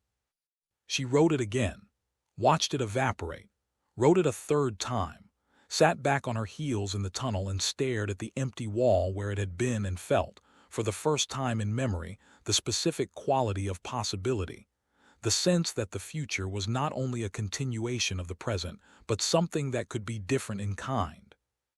The hegemony had built its control on two foundations: surveillance and despair. Surveillance ensured that defiance was caught and punished. Despair ensured that most defiance never formed, because people who did not believe that change was possible did not attempt to change things. The relationship between the two was symbiotic and self-reinforcing. What the word Sentinel did to that architecture was this: it introduced the possibility that not all defiance was catchable, that some forms of resistance existed in a register that surveillance did not cover. And with that introduction came the first crack in the foundation of despair, because despair, properly understood, is not the absence of hope, but the belief that hope is structurally impossible. And what was structurally impossible had just walked into a hegemony facility and walked out again. In the rebel base, Lyra was monitoring the information propagation through her network of anonymous data drop points and reported to Kaelen with a tone he was beginning to recognize as excitement under extraordinary compression. Recruitment inquiries up 14% in 48 hours. 4 new intelligence contacts have activated. And someone inside the Hegemony Medical Processing Center in Sector 12 just made contact through a drop channel that has been dormant for 6 months. Kaelen was sitting on the training floor, running the slow kinetic forms that Jax had given him. He didn't stop moving. What's the contact's value? Worker health data for the past 3 years. Authentic by the encryption signature. If it's real, it's also damning. It shows the hegemony's reports inverted the trend data deliberately. Propaganda infrastructure, useful. More than useful, it's a story. People can feel statistics, but what they need is a story. She paused. The word is spreading, Kaelen. We did something last week. It's working. He thought about Thuron, about a compressed kinetic message sent through stone and suppression fields in the last moments of a life well spent. He thought about all the small acts in the alcove and on the maintenance walkways, a baton deflected, a girl who went home with her salvage. He thought about Pell, somewhere in the deep tunnels, writing a word on a wall and watching it evaporate. He thought about Bram in his efficient apartment, sitting with something new in his chest. Sediment becoming geology, small acts becoming the conditions for larger ones. Then we need to do something larger, he said, while the momentum exists, before Valerius finishes his analysis. I was thinking the same thing, Lyra said. I have an idea, come see. He finished the form, rose, went to see. Chapter 10, A Mentor's Guidance. Jax came to him 3 days after the first strike, in the early hours when the base had settled into its night stillness, and most of its occupants were performing the remarkable biological activity of trusting the world enough to sleep. He came without announcement and sat across from Kaelen in the training chamber with the patient weightlessness of someone for whom time had ceased to be an adversary. Tell me what you felt, the old man said. Kaelen knew what he was asking about, not the fight, the current. The extraction point, Kaelen said. When I reached deep the way you showed me, I could feel where the current was being drawn off. It was, he searched for the right description, like reaching into flowing water and feeling the place where a pump has been installed. A point of artificial draw, directional, engineered. Good, that's accurate. Jax folded his hands in his lap. How many such points did you feel? 3 within my range, but the topology suggested more, beyond what I could reach. There are 11 active extraction nodes in the city alone. Jax's voice was even. 43 across the planet. The deep current flows through geological pathways, the same pathways the Sentinels have always navigated. The Hegemony discovered these pathways approximately 60 years ago. Their first extraction attempt was crude. It's become considerably more sophisticated. When did you know? I've suspected for 30 years. I've had confirmation for 12. He looked at Kaelen directly. I have not been idle in your absence, boy. I have been mapping, learning, building the knowledge base that makes action possible rather than merely suicidal. A pause, and waiting for you. You knew about me specifically. Thuron told me before the end. He sent the kinetic message to several of us, not only you. Jax was quiet for a moment. He was a remarkable man. He saw further than most. Kaelen absorbed this. What did he tell you about me? That you would carry the most complete version of the old gift in 3 generations. That you would be angry for a long time before you were wise. And that the anger was not a problem to be corrected but a fuel to be refined. He paused. He loved you, not as a student, as a grandson. The quality of silence in the training chamber was different after that. Kaelen sat with it. He had not, in the years since Thuron's death, permitted himself to fully feel the specific weight of that loss. The man who had been the closest thing to a family the abandoned years had provided. He had stored it instead, the way he stored all things that required more room than the present moment could accommodate. He felt it now, briefly, precisely, and then he put it where it belonged, not behind him but inside him, part of the structure of who he was. The philosophy, he said eventually. Teach me what I'm actually doing when I work with the current, not the mechanics, the reason. Jax was quiet for a moment, organizing something in himself. Then, what the Hegemony calls primitive superstition is the oldest technology on this planet, before fission, before solar, before any engineered energy system. Aethel generates kinetic force as a function of its own life, the interaction of its magnetic field, its geological activity, its biosphere. The Sentinels did not discover this force. They co-evolved with it. Our bodies carry receptors for it the way other bodies carry sensory organs. We are part of the planet's feedback system. The extraction disrupts the feedback. Yes, and the disruption is cumulative and irreversible past a certain threshold. What the Hegemony is doing to Aethel is the equivalent of removing the nervous system from a living body. The body continues to function for a time, then it does not. What's the threshold? Jax's expression changed slightly, not fear, but the acknowledgement of something grave. I believe we are within 15 years of it, perhaps less, given the acceleration Lyra's data suggests. 15 years, he was 19, he might live to see it. The combat application, Kaelen said after a moment. The forms, the shields, the force projections. What is that philosophically? Am I taking from the planet, adding to it? Neither. Think of the current as a river. When you practice the reactive form, direct draw and release, you are taking from the river and returning it in a different form. The net is approximately 0, though inefficiency creates loss. When you practice the harmonic form, you are not drawing from the river at all.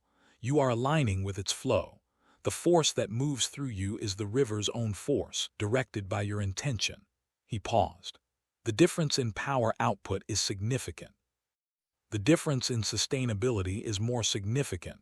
The harmonic form does not deplete the current. It participates in it. Kaelen thought about his father at Dawnspire. The force of that final stand, the scale of it, something beyond what combat alone could have sustained. He was using the harmonic form, he said. Your father was working in perfect harmonic alignment at the end, Jax confirmed. He was not spending power. He was channeling the planet itself. He paused. Which is also why the Hegemony's dampeners were insufficient against him. You cannot dampen a river. You can only redirect it. But they killed him anyway. They killed the body, Jax said. His voice was very quiet, carrying the specific quality of a man who has thought about this for a long time.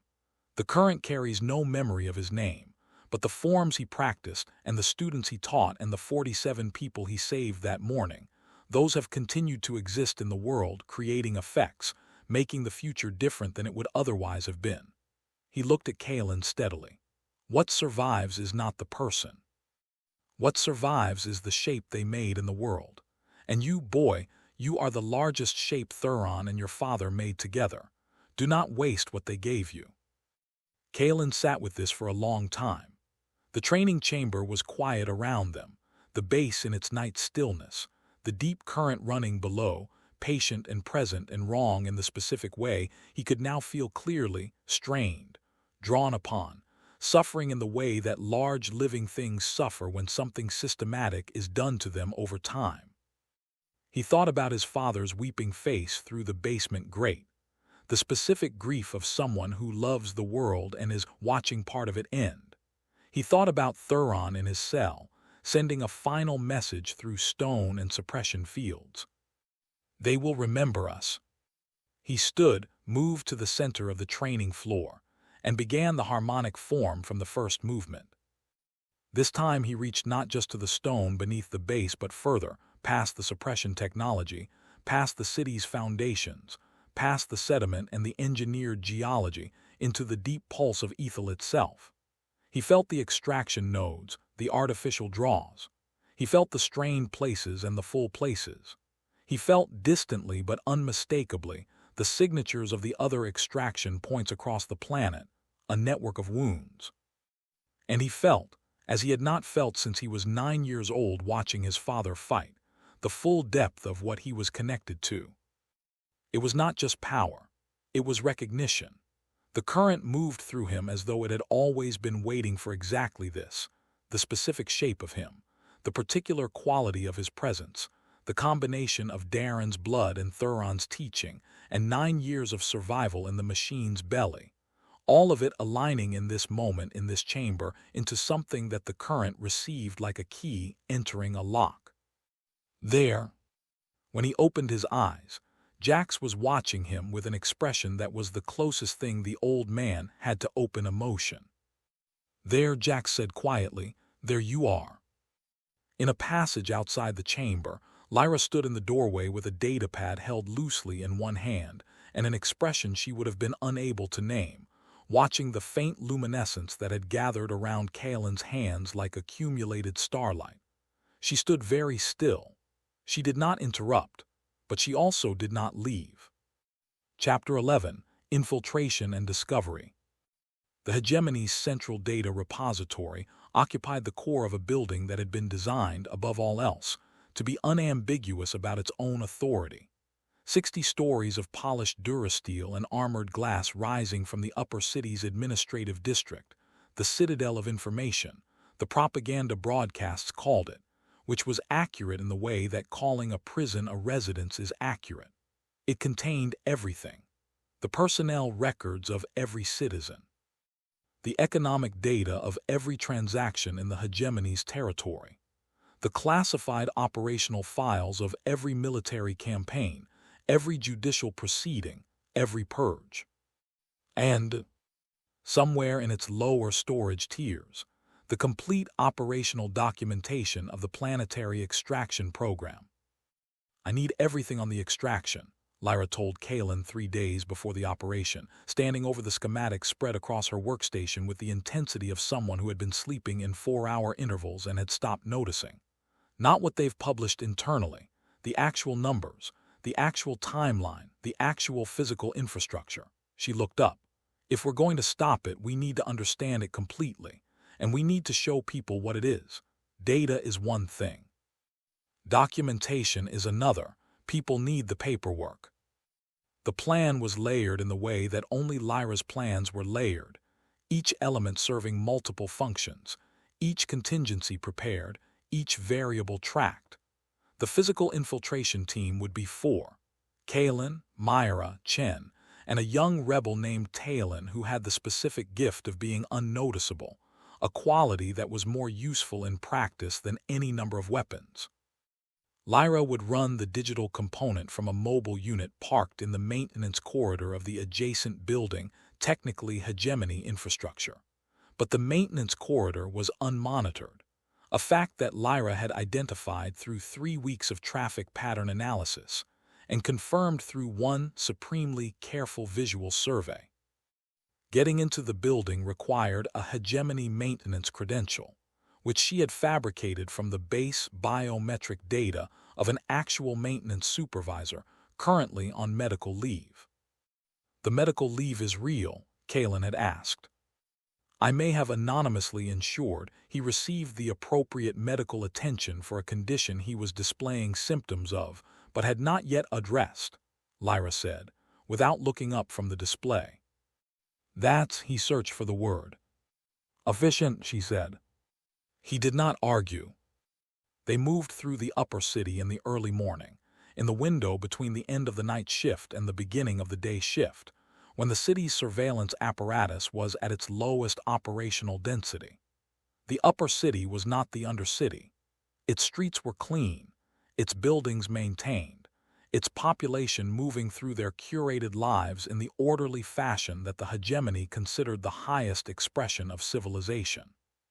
Kaelen moved through it with the controlled neutrality of someone who had spent years learning not to react to provocations.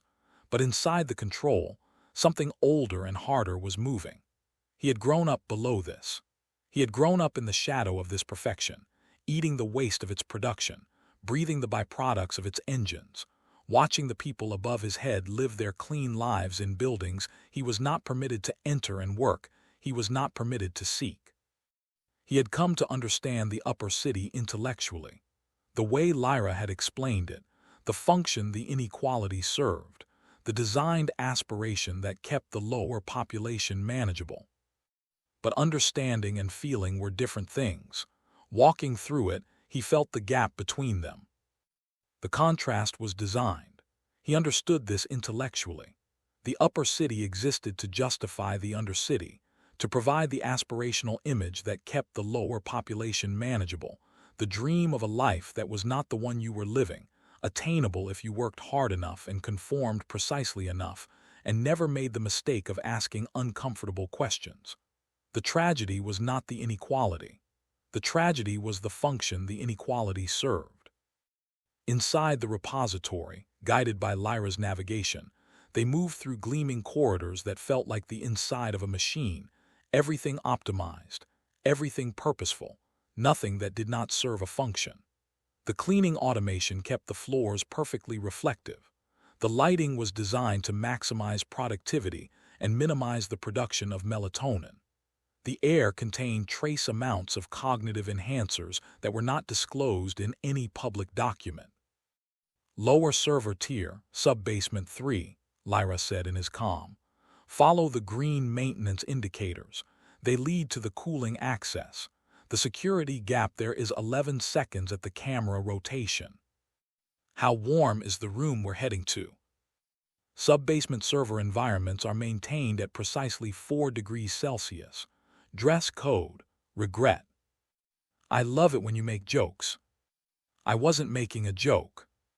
He smiled despite himself. The server room was exactly as she described. Cold, vast, filled with the humming and blinking of storage media that contained the complete recorded history of a civilization's worst decisions.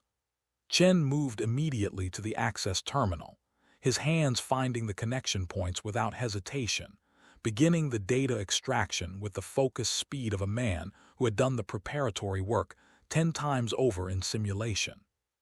Kaelen stood guard. He let his awareness expand outward, past the walls, past the building, feeling the kinetic signatures of the patrol patterns, the mechanical movements of security systems, the shift of weight that indicated the presence of human beings at the thresholds. He had 3 minutes before the next verification sweep. He used the time to also listen to the current, to the deep pulse he had learned to access in the training sessions with Jax. What he felt in that moment was different from what he had felt before. Beneath this building, closer than he had felt it elsewhere, was an extraction node, a large one. He could feel the draw of it like a drain in a bathtub, the current flowing toward it in an unnaturally channeled pattern. And he could feel something else, something that the data would confirm but that his body already knew. It was drawing harder than it had been 3 weeks ago. The rate was accelerating. "Lyra," he kept his voice level, I'm feeling an extraction node directly beneath this building. A pause that lasted 2 seconds, which was 1 second longer than her standard processing pause. That's not in our data. It's there. Understood, I'll look for it in the download. A pause. How large? Largest I've felt. Another pause. Kaelen. I know. At the 90-second mark, Chen said, quietly but urgently, I'm in the restricted archives. Cross-referencing extraction program found it. His voice changed in a way that was not professional neutrality. Oh no. Chen, Lyra said. Copying now, but Lyra, the timeline you modeled, 15 years, he paused. They have a revised internal timeline, 8 years, and they're not projecting, they've already begun the final phase. His hands were still moving, but his voice was now the voice of a man absorbing something that was too large to absorb quickly. The final extraction event, they have it scheduled. They call it the culmination. It's not a side effect. It's the plan. They've always known the planet would fail. They have arc ships. They have off-world colony sites.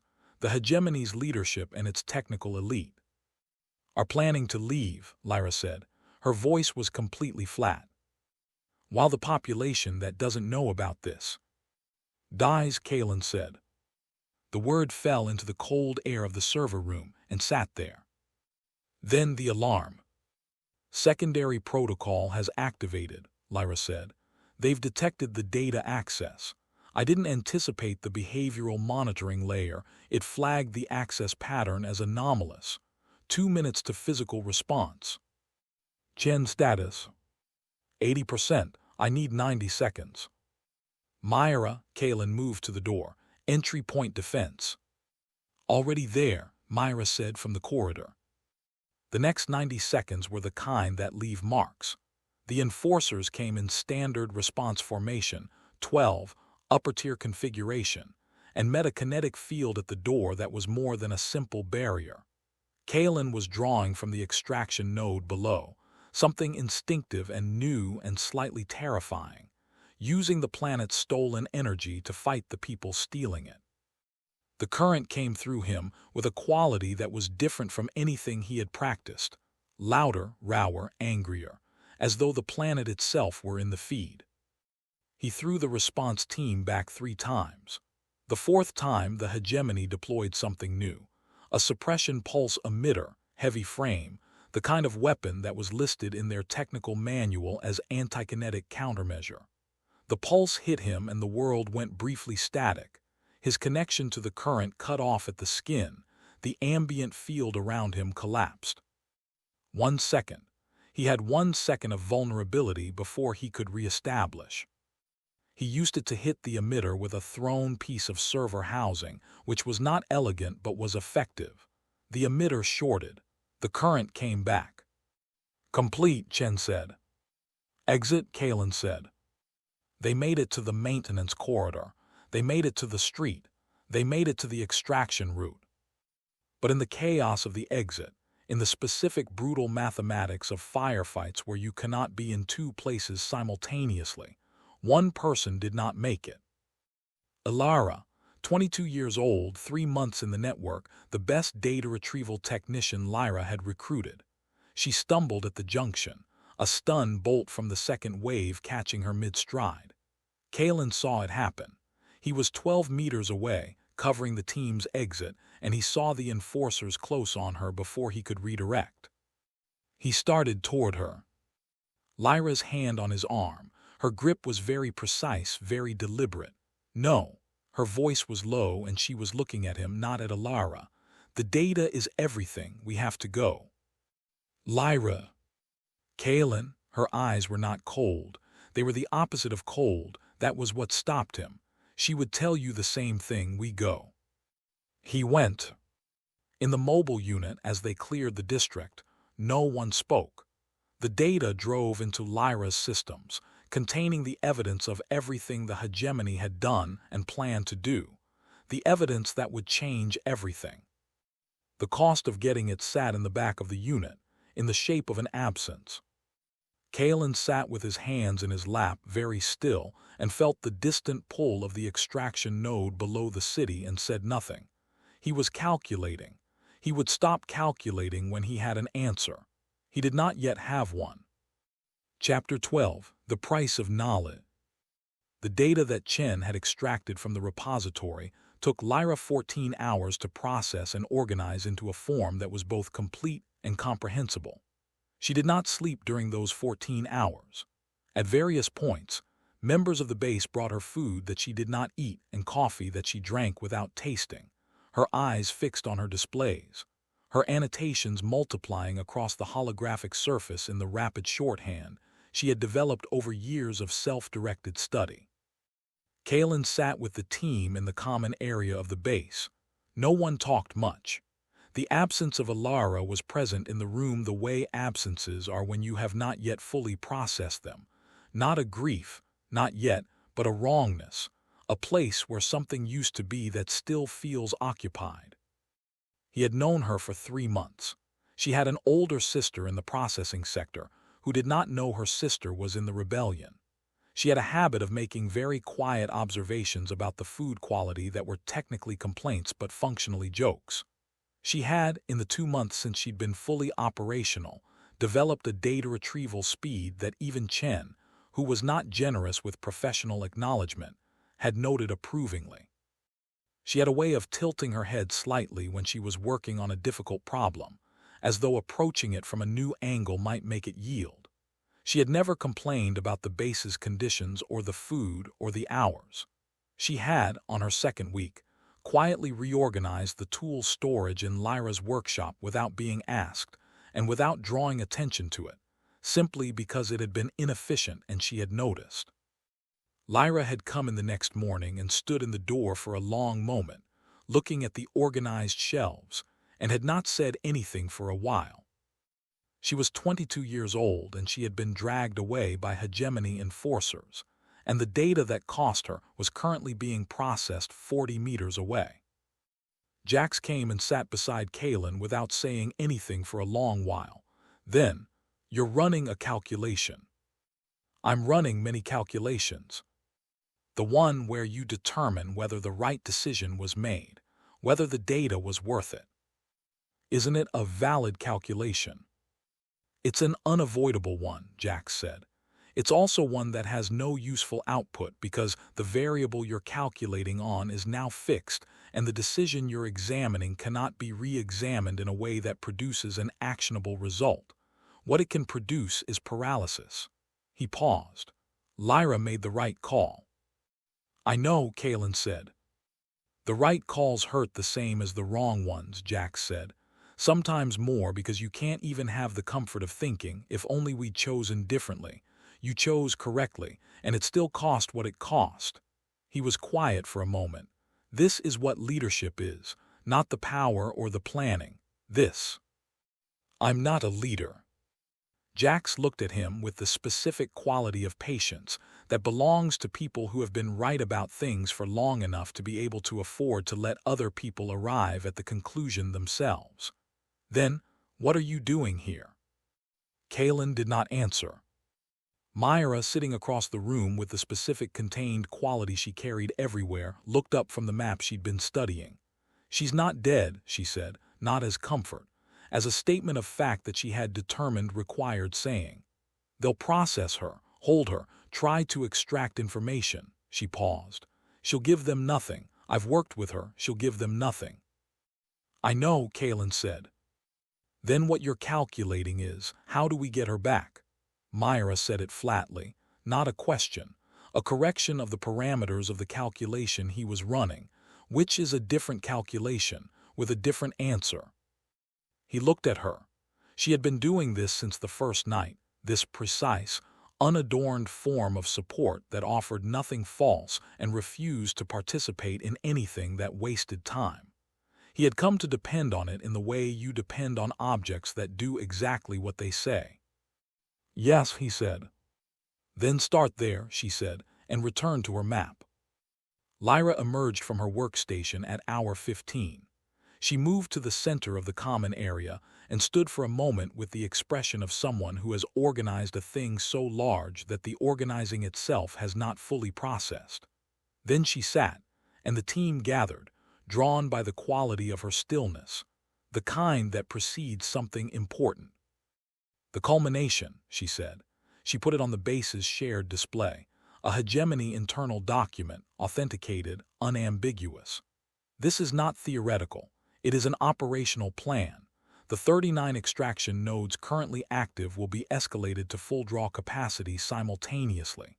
The cascade effect will occur over approximately 72 hours. During that window, the kinetic field that structures Aethel's geophysical stability will collapse.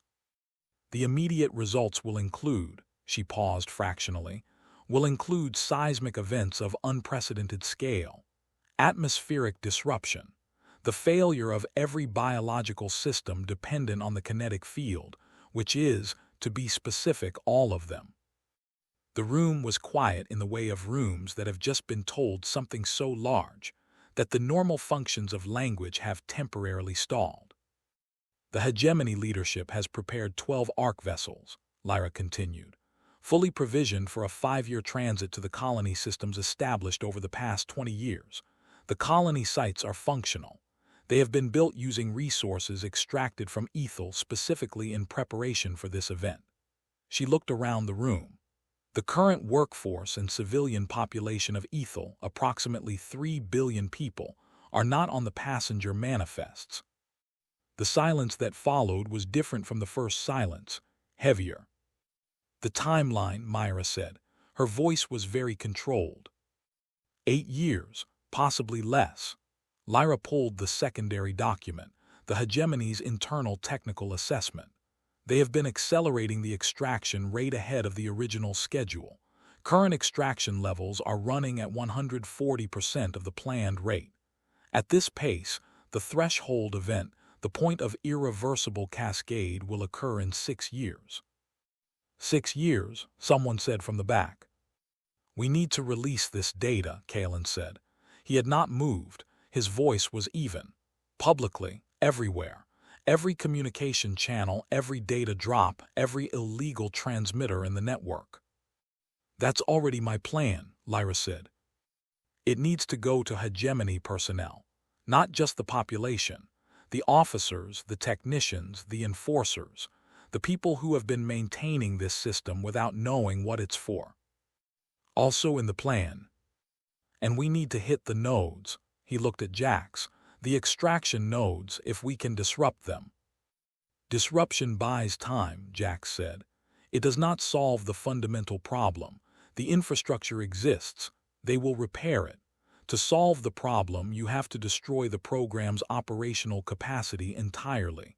The central command tower, the executive decision-making structure." "So we need a revolution," Myra said. She said it without theater, practically. "We need a revolution," Kaelen agreed. He looked around the room at the faces of the 40 people who had been doing this work in the shadows, for different reasons, with different histories, all arriving at the same point. "And we need to start it before Valerius figures out what we know." Lyra was already turning back to her displays. "Then I have another 14 hours of work to do," she said. "Someone bring me more coffee." For the first time since they'd returned from the data center, something that was almost a laugh moved through the room. Small, brief, defiant. The thing that survives in the gaps between impossible situations. Kaelen caught Lyra's eye across the room. She held his gaze for a moment, just a moment, before turning back to the display. But he saw it. He saw the question there, and the intention there, and the exhaustion there, and underneath all of it, steady and clear and unmistakable, something that was not yet named between them but was very definitely present. He held it carefully, the way you hold a thing that has become precious at the precise moment when everything else is most uncertain.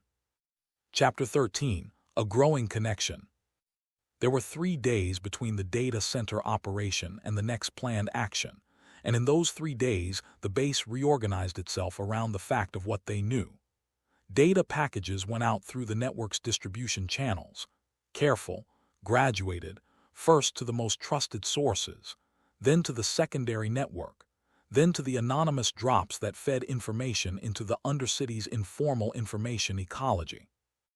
the Hegemony's propaganda apparatus, encountering data it could not refute and attempting to suppress information that was already in motion, achieved the paradoxical result of amplifying it.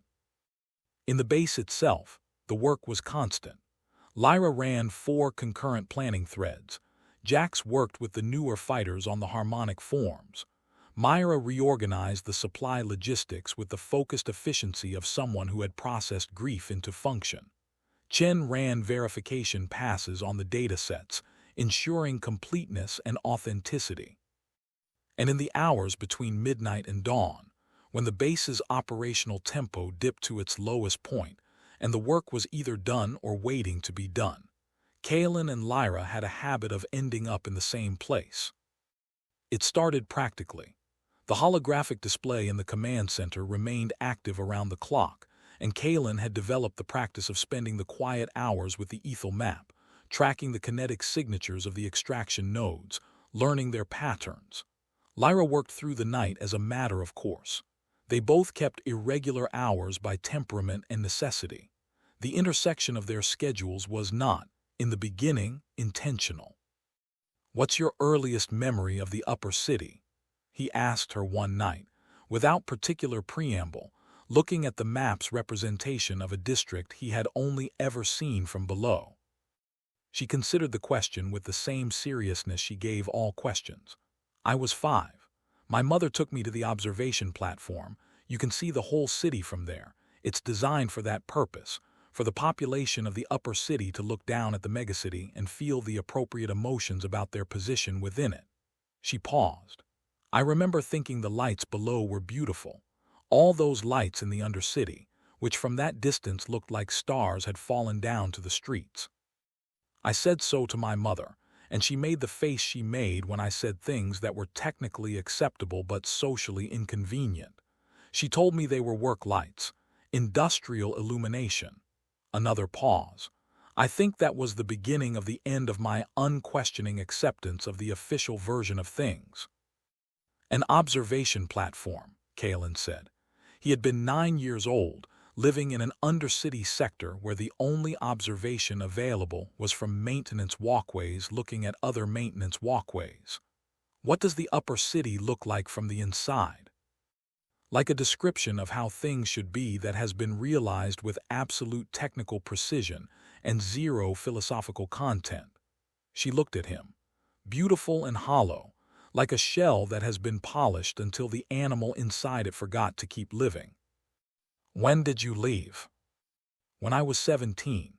I had been building a case against the system for 4 years by then, the statistical discrepancies, the propaganda architectures, the places where the official narrative required you to not look too closely at certain data sets. I presented my findings to my mother, thinking." She stopped. "I thought she would care. She is genuinely an intelligent woman. I presented it as a logic problem, a system running on assumptions that did not survive scrutiny." A beat. "She told me the assumptions were not the kind that required scrutiny, that I was being naive. And then I spent 3 months being angry and 6 months being strategic, and then I was gone." She said it without drama, the way people describe crossings that are too significant to be dramatized. "I left my access credentials active for 14 months before they revoked them, gathered what I needed, built the first version of the network." "Alone?" "Yes," she said it without self-pity or pride, simply, "for the first 2 years essentially alone." She was quiet for a moment. I was not designed for loneliness.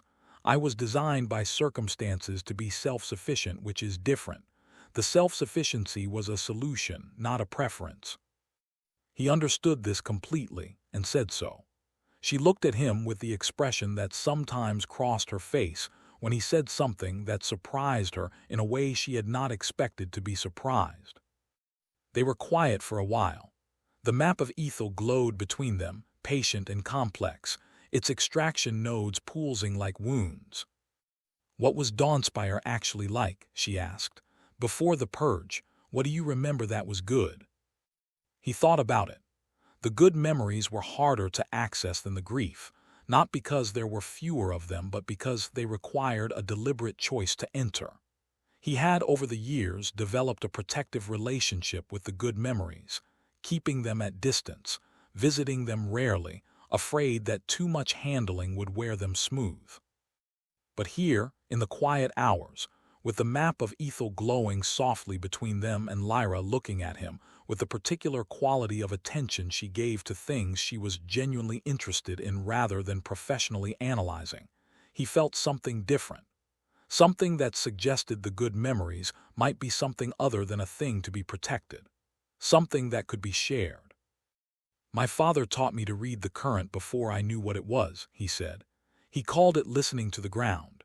We used to go out before dawn when the city was quietest, and he would sit with me in the settlement's agricultural section. They had a small growing space, real plants, which was unusual for an undercity settlement, and he would ask me what I heard. Not with my ears. He meant the current." He paused. "I thought for the first year that I was making it up because I desperately wanted to be able to do the thing he was describing. And then one morning I wasn't making it up. It was there. Real. Like a voice I'd been hearing in a language I didn't speak, and suddenly I understood a word." Lyra was very still. "What was the first thing you understood?" "That everything was connected. That the plant I was sitting next to and the stone beneath me and the air I was breathing and the city above us were not separate things. They were the same thing in different arrangements." He paused. "I cried. I was 7. My father pretended not to notice." She laughed. It was small and genuine and entirely unguarded, the kind of laugh that escapes when your defenses are engaged elsewhere. He heard it, and something in him recognized it as significant as the sound of her being, for a moment, simply herself. "He sounds wonderful," she said. He was. The map of Aethel glowed between them, patient and complex. Somewhere in the city above the base, the night shift workers were trudging to their stations under the Hegemony's work lights. The lights that, from the right distance and the right angle, looked like fallen stars.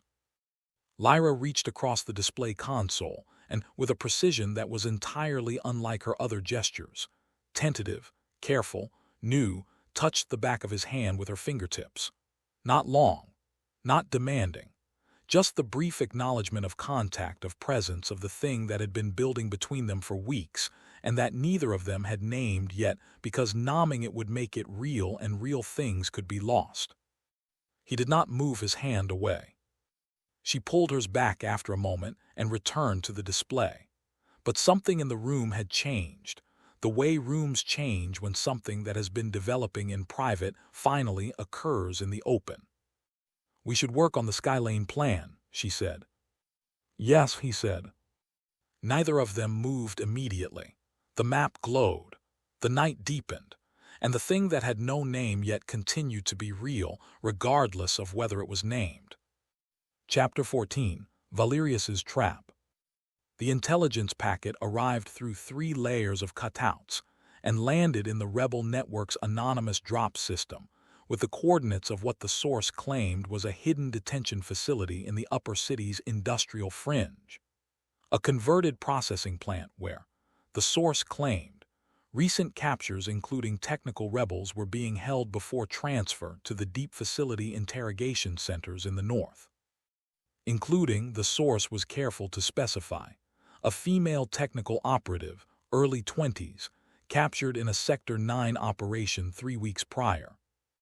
Lyra's voice, when she read the transmission, was careful in the way that sounds produced by a mind moving at high speed can sound careful. "This is very precise." "Too precise?" Kaelen asked. "Inconclusive. Intelligence can be precise because it's accurate or because it's been manufactured to be convincing. The question is which." She put the coordinates on the display. "The facility is real. It appears on 3 independent datasets as a hegemony holding structure. That's consistent with authenticity." She paused. "It's also consistent with a very competent deception operation that has done its research." "What are the odds?" "I can't calculate meaningful odds," she said. The variables are too dependent on Valerius's current intelligence picture, which I don't have full visibility into. She looked at him. What I can say is this: it feels convenient. Convenient intelligence, when the subject is you, deserves significant additional scrutiny. He looked at the coordinates. He thought about Alara, her age, her specificity in the message, the detail of the sector and operation that corresponded correctly to her capture. He thought about what 3 weeks in a hegemony detention facility did to a person. He thought about what it meant to know that someone was possibly there and to decide not to go. Jax from the corner said, "Tell me what you want to do." "Go," Kaelen said. "Tell me what the calculation says." A pause. That it's likely a trap. That the probability of Alara being in that specific facility versus any of the 17 other detention structures in the district is statistically low. That Valerius has had 3 weeks to study my operational patterns and has identified correctly that the rescue of captured allies is a priority I would subordinate tactical caution to. And I still want to go. Jax was quiet for a moment. "There is a difference," he said finally, "between the emotion of wanting to go and the decision to go. You have examined the emotion. What does the decision say?" Kaelen looked at the map. He looked at Lyra, who was watching him with an expression that was carefully not influencing the outcome. She had her own view, and she was deliberately holding it behind her eyes, respecting his process. He looked at Myra, who was waiting with her arms crossed and the expression of someone who has already worked through the calculation and will follow wherever the outcome leads. "We go," he said, "but we go prepared for the trap rather than the rescue. The objective is not to extract Alara. The objective is to survive contact with whatever Valerius has placed there and extract intelligence from the engagement." Lyra's expression shifted fractionally. "That's cold," he said. "Yes. I know." He held her gaze. "I know, and I'm saying it anyway, because if we go in with rescue as the primary objective and it's a trap, we lose the team and potentially the rebellion. If we go in with intelligence extraction as the primary objective and it's real, we still have a chance to pull her out. The objective hierarchy matters." Jax nodded once. Lyra said quietly, "All right." The preparation was meticulous. Kaelen briefed the team on the 3 most likely trap configurations for the facility layout. They rehearsed the retreat sequence.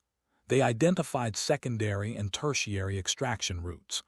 Lyra built a real-time monitoring package that would give her better sensor coverage of the facility perimeter than she'd ever achieved before.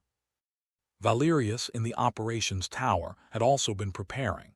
He had spent 3 weeks studying Kaelen, every energy signature from the hub incident, every tactical decision in the convoy raid, the movement patterns reconstructed from enforcer reports.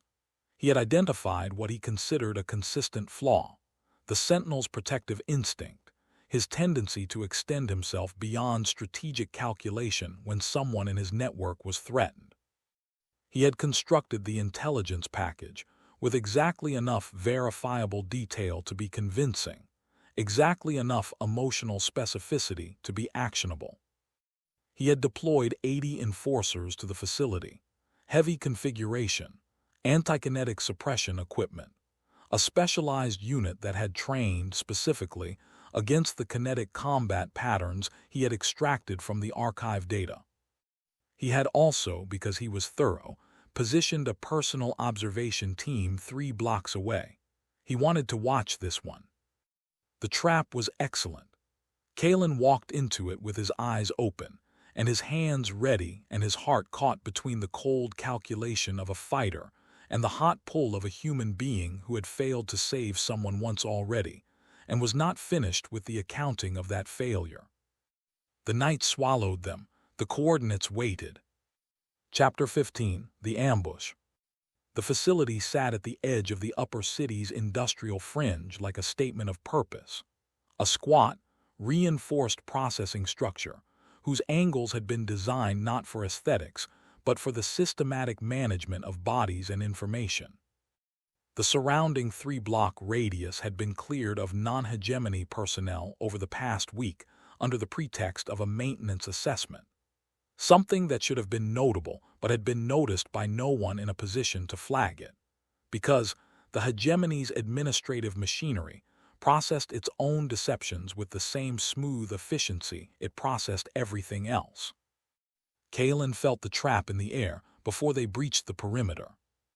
It was the quality of the silence, not the absence of sound. The industrial fringe was always partially active, its machinery cycling on automated schedules.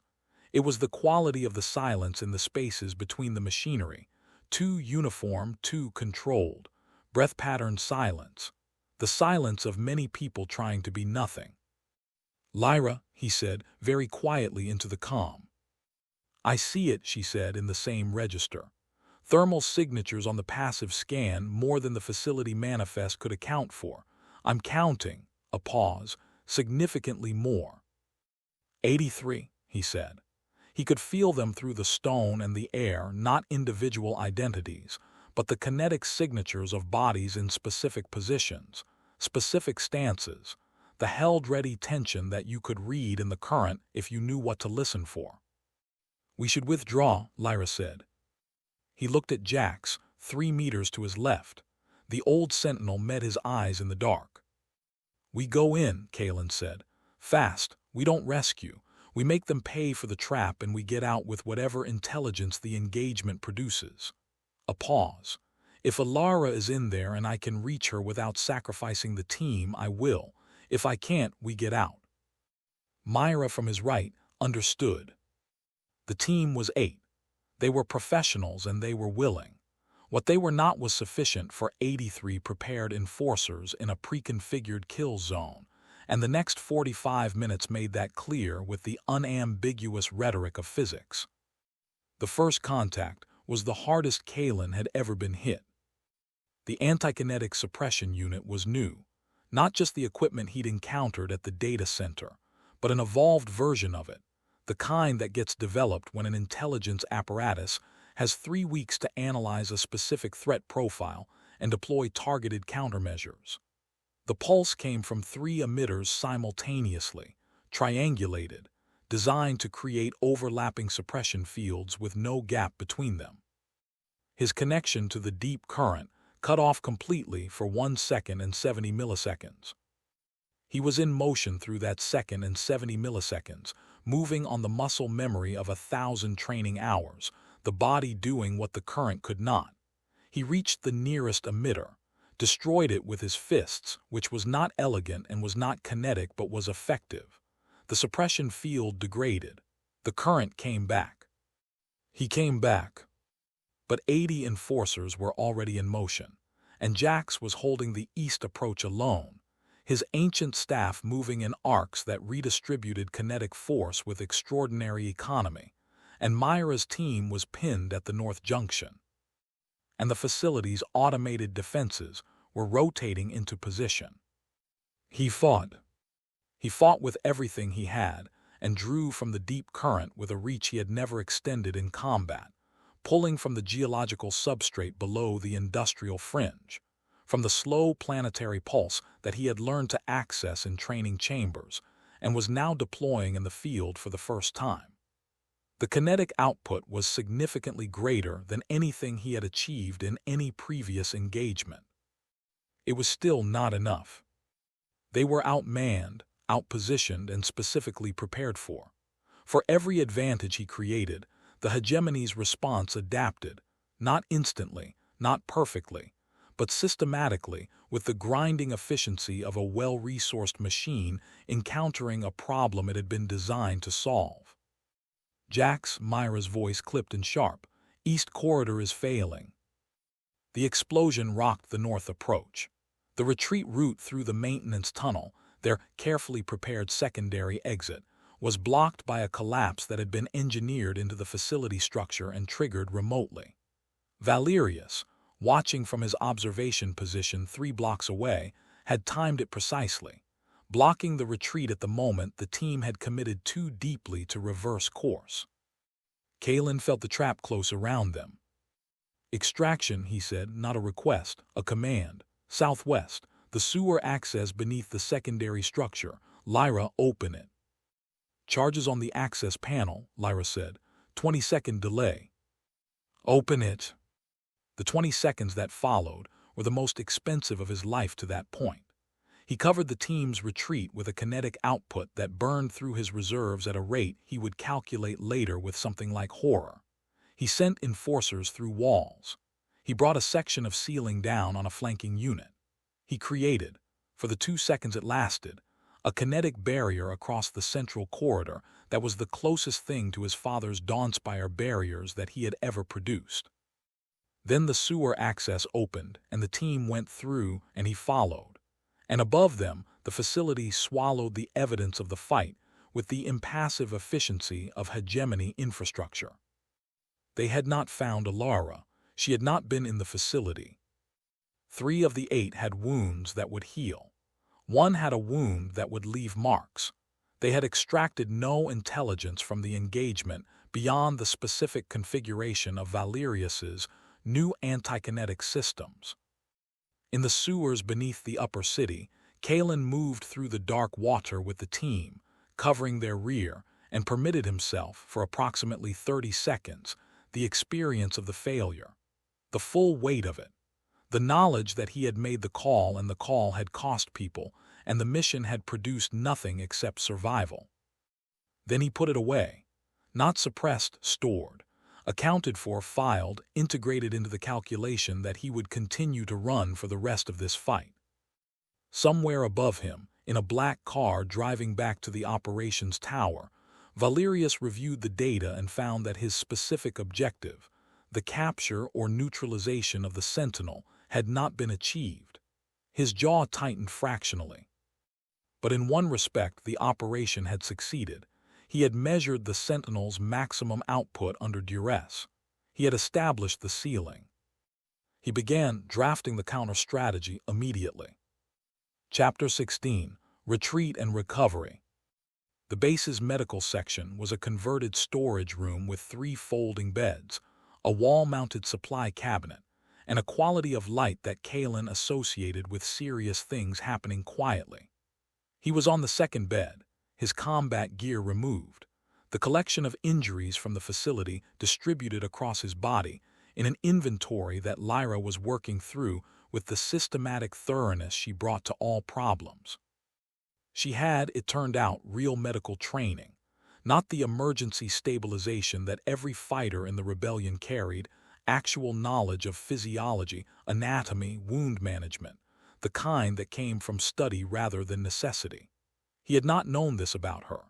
There was a quality to the discovery, small, precise, that felt like seeing a new room in a familiar place. "You have 3 broken ribs," she said, her hands moving with professional economy. The kinetic suppression hit caused internal bruising in the intercostal muscles. You won't breathe comfortably for 2 weeks. I don't have 2 weeks. I know. She applied a medical binder with the particular firm gentleness of someone who is being both practical and careful. This will stabilize the ribs. The bruising will reduce your operational capacity by approximately 20% for 10 days. After that, 80% recovery. She paused. Are you going to tell me what the full kinetic draw felt like? The deep pull in the facility, I've seen you use the harmonic form in training. That wasn't the same. It was the emergency version, he said. Less controlled, more output. More cost. Yes. She was quiet for a moment, working. Don't do that again without telling me. He looked at the top of her head. She was examining a secondary injury with focused attention, not looking at him. What would telling you change? She looked up. Her eyes were close, in the way they were when she was working on him directly, and he had been learning the gradations of her expressions well enough to read this one. It was the expression of someone who is being honest about something that costs them something to be honest about. Nothing tactical, she said, but I would know. He held her gaze. I would have done the same thing, she said, quieter, if it had been you in that facility instead of Alara. I know, he said. I would have walked into the trap and I would have known it was a trap and I would have gone anyway. She looked back at the injury she was treating. So don't tell me I should have restrained you. I know exactly what that restraint costs. He put his hand over hers. She went still. I know, he said again, different meaning this time. She did not move her hand away. She looked at it, his hand over hers, both hands resting on the soft bandaging at his ribs with an expression that was very private. Then she returned to the work, but she did not take her hand away. He kept his there, and they remained like that, her working and him lying still, in the specific intimacy of practical care given and received between two people for whom nothing is simple. Jax appeared in the doorway with 2 cups of something hot, assessed the room in the way he assessed all situations, completely, briefly, without comment, and set the cups on the cabinet. The team is stable, he said. Soren's leg will need another day of treatment. Everyone else functional. The data on the anti-kinetic systems, Lyra said, not looking up. Chen is already pulling it from the patrol monitors I hacked during the engagement, Jax said. We know their configuration now. Counter-protocols are possible. He paused. The failure was intelligence quality.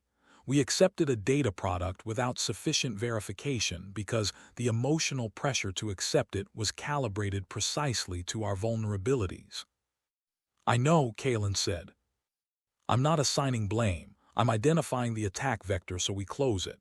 Jax looked at him steadily. Valerius knows how you fight. He knows the capabilities. What he's now trying to understand is how you think, specifically, how you make decisions under emotional pressure. A pause. The lesson we take from tonight is not that compassion is a weakness. It's that compassion, when predictable, can be weaponized. We need to be compassionate and unpredictable. How do you be compassionate and unpredictable? Myra asked from the doorway.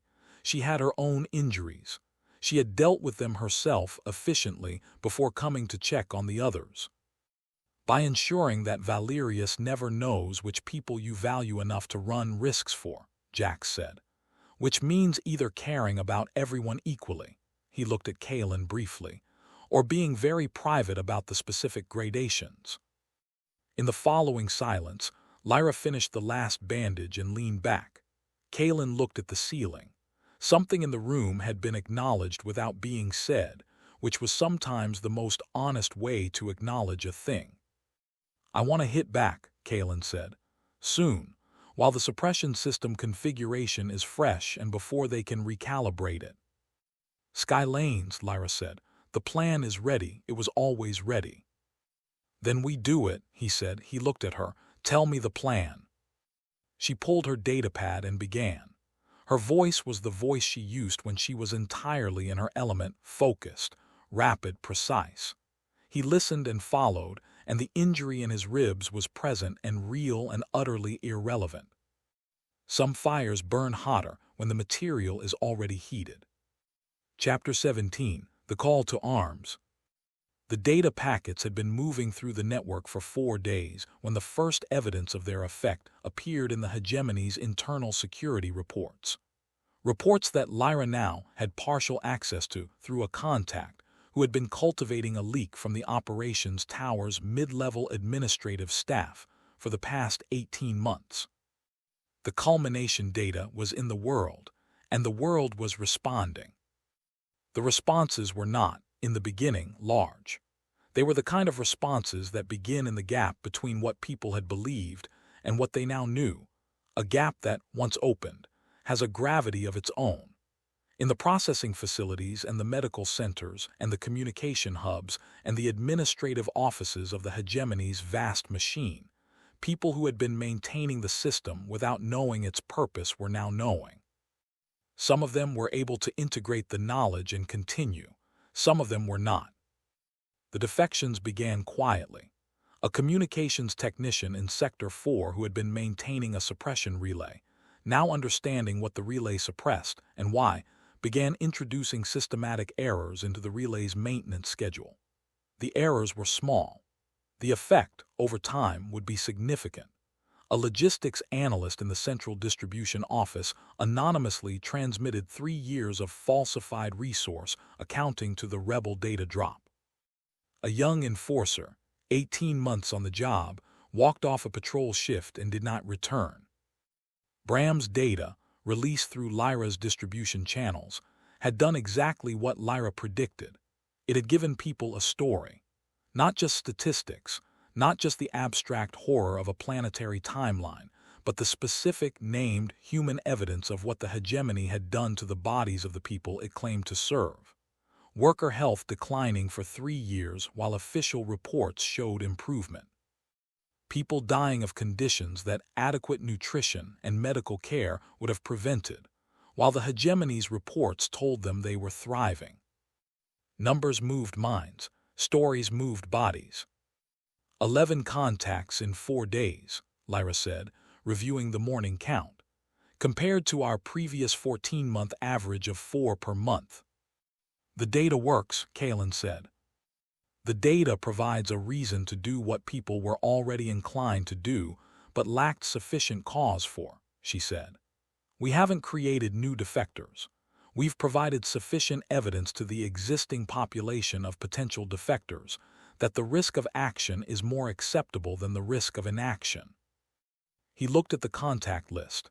We need to accelerate recruitment, not just defectors, active fighters. He looked at the map. The Skylane operation will demonstrate capability, but after the Skylanes, Valerius will escalate. We need to have grown before that escalation arrives. Jax is already reaching out to the satellite networks, Lyra said. The Sentinel communities in the northern sectors. There are 3 that we've had intelligence contact with but never operational connection, and the independent rebel factions in the industrial south. They've been operating in fragments deliberately. Why would they consolidate now? Because we've given them a reason that supersedes their preference for independence, she said. The culmination makes individual survival impossible. You can choose not to collaborate with allies, but you cannot choose to survive the death of the planet. She paused. Fear of the common enemy is the oldest coalition builder in the histories. In the undercity below the base, a conversation was happening that was one of approximately 400 similar conversations happening in similar spaces across the megacity. A group of workers, 8 of them, gathered in a break room during the half-hour between shifts, speaking in the low voices of people who have learned to have important conversations quietly. Is it true? One of them, an older woman, 30 years on the processing floor, whose face carried the specific geography of someone who has absorbed many disappointments, asked the youngest. The youngest, 23, who had seen the data through a contact 3 days ago, said, "Yes." The silence that followed was the silence of people revising their model of the world. "What do we do?" someone else asked. "What can we do?" The older woman's voice was not defeated. It was the question of someone making a genuine assessment. "More than we have been," the young one said. This was happening in 400 places. In 400 break rooms and dormitories and maintenance corridors and the backs of transport vehicles and the quiet corners of medical facilities. A distributed awakening, happening in parallel, without coordination, driven by the simple force of a truth that had been hidden and was now known. Sediment becoming geology, small acts becoming the conditions for larger ones. "The Skylanes," Kaelen said to Jax 3 days later. "We go in 10 days." "We go in 10 days," Jax agreed. Outside, the Undercity was waking up to its morning shift, 400 conversations having resolved overnight into 400 decisions, all of them accumulating in the direction of the thing that was building. Chapter 18, Uniting the Factions.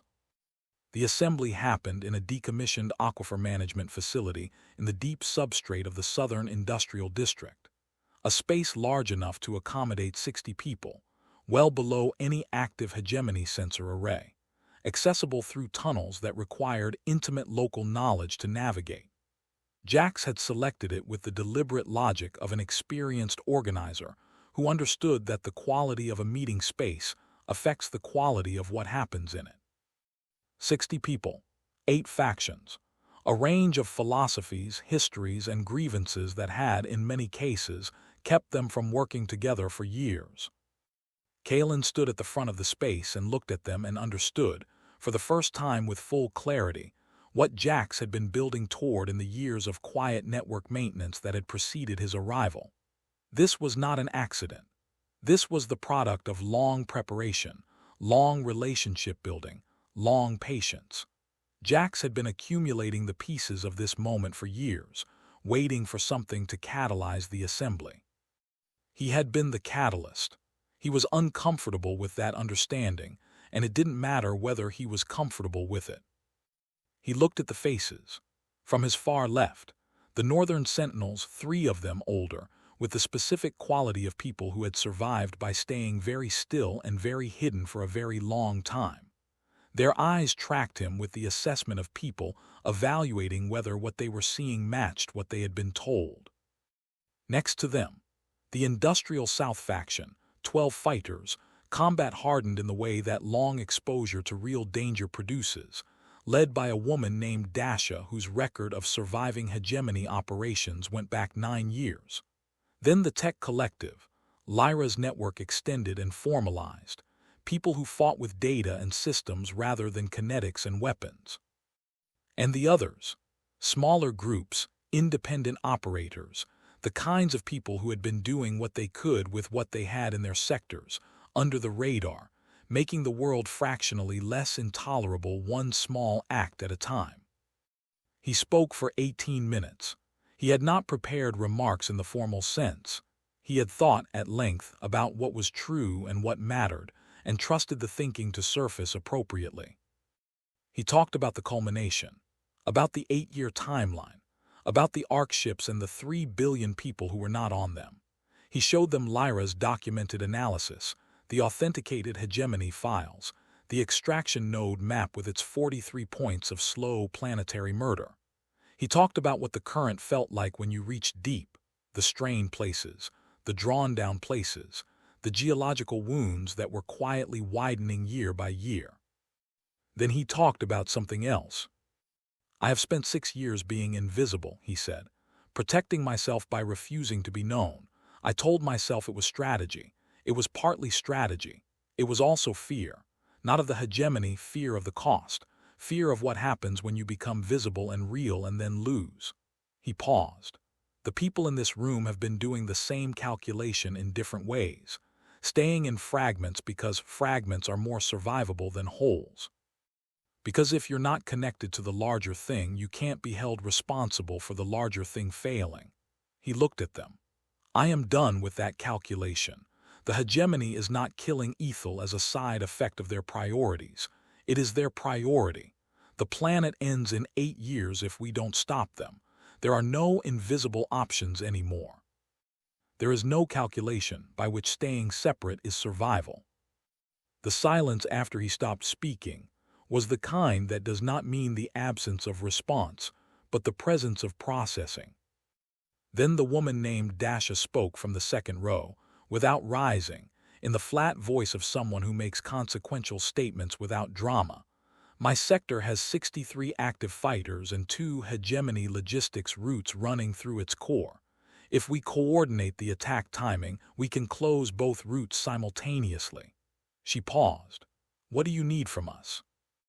What followed was 4 hours of negotiation, debate, compromise, and the particular productive friction of different organizational cultures encountering each other for the first time.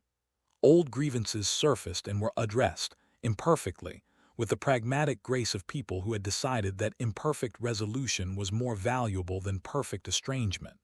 Operational protocols were established. Communication security was reviewed and upgraded. Resource-sharing frameworks were outlined. Lyra ran the coordination, in the way she ran everything, with a comprehensive clarity that was not managerial in the bureaucratic sense, but genuinely architectural. She could see the whole structure and help others understand their place within it, without diminishing the significance of what they brought. She had, in the preparatory work for this meeting, compiled individual briefings on every faction's specific strengths and concerns, and she deployed this knowledge not to manipulate, but to build, asking the right questions at the right moments, finding the connecting tissue between apparently opposed positions, making visible the shared foundation beneath the surface differences. At one point, one of the northern sentinels, the eldest, a man named Aldrich who had not spoken for the first 3 hours, addressed Kaelen directly. "Your father," he said, "I knew him."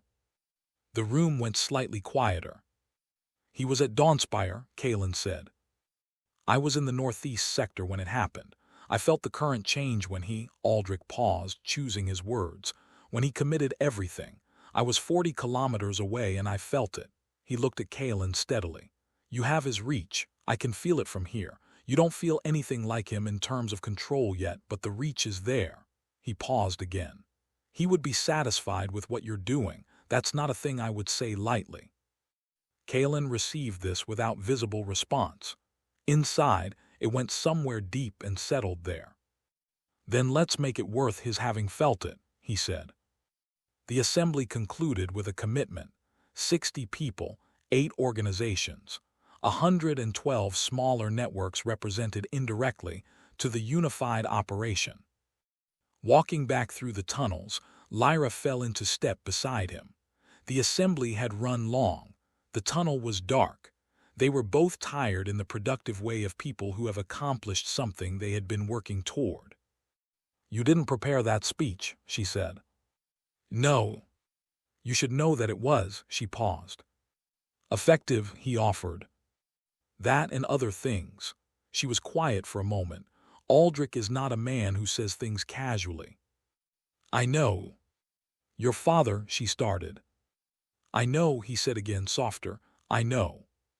She reached over in the dark and found his hand by touch alone, with the precision of someone who has been navigating by feel for a long time, held it for a few steps, then released it. Neither of them spoke for the rest of the tunnel. Neither of them needed to. Chapter 19: Technological Warfare. Lyra's workshop in the deepest level of the base was the closest thing she had to the self that existed before function was required of her. She had built it piece by piece over 14 months, beginning with the bench and the holographic display, and ending with the full suite of fabrication equipment that could, in principle, produce almost anything that could be produced from available materials with available energy. It was where she was most herself, not the tactical planner or the network architect or the person who made the hard calls with quiet composure. Here she was the thing she had been before the rebellion required her to be other things, a person who found the boundary between what existed and what could exist and crossed it. She was working on 4 things simultaneously. The first was the EMP suite, 7 devices, each the size of a fist, designed to produce a targeted electromagnetic pulse strong enough to disable a Hegemony automated patrol drone's guidance systems at a range of 50 meters without producing a signature large enough to trigger the area suppression sensors. She had cracked the guidance system's frequency specificity in the 3rd week of development. The miniaturization had taken another 3. The 7th device was on the bench now, receiving its final calibration, its internal components arrayed with the precision of a surgical field. The second was the cloaking field generator.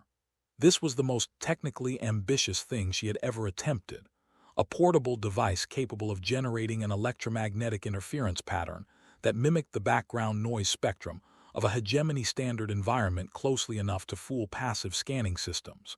It would not fool an active scan. Nothing portable could fool an active scan. But passive scans covered 80% of Hegemony surveillance deployments in field operations. 80% was enough. The third was the virus. She had been building it for 4 months. It was the most complex code she had ever written, a multi-stage intrusion package designed to penetrate the Hegemony's communication network at the protocol layer and introduce cascading failures at a timing she could specify. It was, she had realized somewhere in the 2nd month of development, essentially a kinetic force in digital form, a thing that could be applied with precision at the right point to produce disproportionate effect. She had thought about Kaelen while writing it. She had not told him this. The fourth was something she had not told anyone about yet. It was in a separate case, closed in the corner of the workbench. She opened it only when she was alone. It contained the first working prototype of a device she had spent 8 months designing from theoretical principles. A kinetic field suppressor, not the blunt force version the Hegemony deployed in their anti-kinetic countermeasure units, but something more subtle. A device that could, in theory, not just block kinetic force but absorb it, store it, and release it in a controlled manner. She had built it for one reason: to give Kaelen a weapon he could use against Valerius's suppression units, without exposing himself to the vulnerability those units created. She had not told him about it because she was not yet certain it worked, and she was not yet certain she knew how to offer it without it becoming something else. Another thread in the thing that had been developing between them, another point of connection, another thing that would matter if it were lost. She opened the case and looked at it. The prototype was small, smaller than the EMP units, smaller than most of her work. It fit in a palm. Its surface was warm from the passive charge it held, stored from the ambient kinetic radiation of the base's operational activity. She had tested it 3 times. Each test had been successful. It had absorbed kinetic force, stored it, and released it on command, with an efficiency rating that her calculations placed at approximately 82% of theoretical maximum. It worked. She closed the case. That's been in there for a long time. She did not startle. She had heard him in the corridor 10 seconds before he spoke. Her composure was one of the things about herself that she had learned to regard with something approaching appreciation, given that its development had not been painless. "Testing phase," she said. Kaelen came into the workshop and looked at the closed case, then at her. "May I?" "When I'm ready," she said. He nodded. He did not press. This was one of the specific qualities she had come to appreciate about him, the ability to receive a boundary without making it about the boundary. He picked up the nearest EMP unit and examined it with the attention of someone who understood what he was looking at. 7 units, he said. Skylane operation. The first wave of it, yes. We deploy them at the guidance control junctions. The automated transports lose navigation. They'll attempt emergency landing protocols, which will occupy the Hegemony's response infrastructure for approximately 8 minutes. And in those 8 minutes, we hit the transit authority's central control relay with the virus. Once the relay is compromised, I can reroute every automated system in the Skylane network through our Phantom control interface. She paused. For approximately 40 minutes before the Hegemony's recovery protocols complete, the Skylanes are ours. 40 minutes is a long time at operational tempo. It's enough. She looked at him. It sends a message beyond the tactical disruption.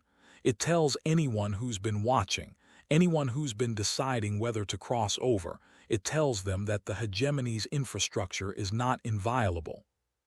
The message is as important as the operation. The message is the operation, she said. Everything else is implementation details. He set down the EMP unit carefully. Looked at her. The direct look he had that she had learned was how he looked at things he was paying real attention to, not the functional gaze of someone tracking a situation, but the actual attention of someone who was present to the specific thing in front of him. You haven't slept in. He checked her baseline against recent appearances. 36 hours. I sleep when the work permits. The work never permits. You have to take it from the work. He crossed the workshop in 2 strides and with a movement that was more decisive than his other movements, not tentative, reached out and closed the holographic display she was about to return to. She looked at his hand on the display control, then at him. 6 hours, he said. The Skylanes aren't for 4 days. The work will still exist in 6 hours. This is not a battle situation, she said. You don't get to give me operational orders in my own workshop. No, he agreed. I'm asking, as someone who needs you to be functional rather than depleted for what's coming. A pause, and as whatever else I am. She looked at him for a moment. The workshop hummed around them, patient and full of unfinished work. Whatever else you are, she said, is a significant variable that I haven't fully characterized yet. I know, he held her gaze. I'm comfortable with incomplete characterization. Something shifted in her expression. The professional composure, the tactical attention not gone, but moved aside for a moment, like a curtain pulled back to let in available light. 6 hours, she said. 6 hours. She looked once more at the closed case in the corner. Tomorrow she would give it to him. Tonight she closed the display and let someone else for once take care of something. Chapter 20. The Battle for the Sky Lanes. The operation began at 03:17, in the window between the end of the third patrol rotation and the beginning of the fourth, when the Hegemony's response infrastructure was at its lowest operational density, and its commanders were, statistically, at their most psychologically oriented toward the remaining quiet hours before dawn. Lyra had modeled the response curves for 6 different attack timing scenarios, and this window was the optimal intersection of multiple factors.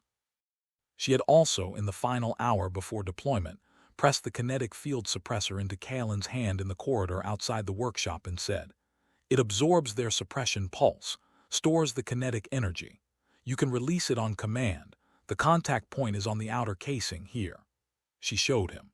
82% efficiency. It won't fully negate a coordinated triple emitter array, but it will reduce the exposure window from a second and 70 to under 400 milliseconds. He held it, feeling its stored warmth. "How long have you been building this?" 8 months. He looked at her. "Thank you." "Don't lose it," she said, and went back to the command unit. He held the device for a moment after she left. 8 months. She had been building it for 8 months from before she knew him, working from theoretical principles towards something that did not exist yet, guided by the same data and analysis approach she applied to everything, except that the purpose of this particular piece of work was not the rebellion or the planet or the strategy. It was him, specifically. His specific vulnerability, specifically addressed. He put it in his pocket. He went to the staging area. He did not show what he was thinking on his face, because there were 10 other people in the room who needed to see a fighter, not a person feeling things. The Skylane network was Aethel's circulatory system, in the most literal sense the metaphor could support. 90% of freight and 60% of passenger transport moved through the elevated transit corridors that crossed the megacities in layered bands at 3 altitude levels. Each lane was automated, its traffic managed by the Transit Authority's central relay in the upper city's administrative core. The relay was the heart. The junction nodes, 6 major ones in this city, were the valves. Lyra's EMP units went live simultaneously at all 6 junctions. The effect was immediate and beautifully cascading. The automated guidance systems registered signal loss, initiated emergency protocols, and the transit network entered a controlled fault state that occupied every monitoring system in the relay facility. 47 cargo haulers initiated emergency descent across 3 altitude levels. The Skylane traffic management system entered a resource allocation crisis that it had not been designed for because its designers had not imagined that all 6 junctions would fail simultaneously. In that chaos, Lyra inserted the virus. Kaelen watched from the primary assault position at the junction control node, Jax on his right, Myra with her squad to his left. The EMP deployment was clean. The first wave of Hegemony response, 3 patrol units, standard configuration, arrived at minute 2 and encountered a kinetic field that was, for the first time, drawing from the suppressor's stored energy as well as the ambient current.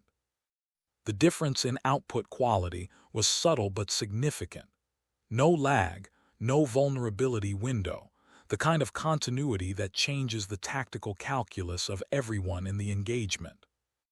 Jax, fighting beside him, noticed immediately. New hardware. Lyra's work, Kaelen said, between two precise force projections that dropped the third and fourth responders. I approve. At minute 7, Lyra's voice in the comm, with the quality of pure technical satisfaction. Transit relay is mine. Implementing phantom control interface. Skylane network rerouting, a pause, complete. All automated traffic in the city-wide network is currently being managed by our systems. A beat of silence in the field, which was the silence of fighters absorbing something they had not entirely believed would work until it did. Then the sound of the undercity below the junction, workers who had come out to see the emergency landings, who had been watching the chaos in the sky with the wary attention of people accustomed to chaos being deployed against them, shifting in quality. The cargo haulers that had been descending were descending to undercity access points, not upper city facilities. Their automated systems, running on Lyra's rerouted protocols, were delivering food cargo to distribution points that had not received food cargo in years. It was not what they had planned. It was what Lyra had quietly added to the plan without telling anyone, a variable she had introduced into the rerouting protocol, because the tactical operation and the symbolic operation could be the same operation if you designed them that way. From below, through the junction structure, through the stone, through the currents of a city being disrupted in a new way, the sound of people who had just received something they had not expected to receive. Kaelen heard it, the current carried it.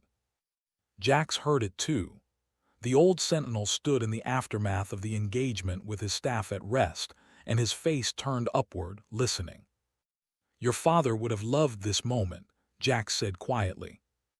Kaelen didn't answer, but he felt it, the rightness of it, the quality of a thing proceeding as it should proceed, the particular force that exists when action and purpose are in alignment.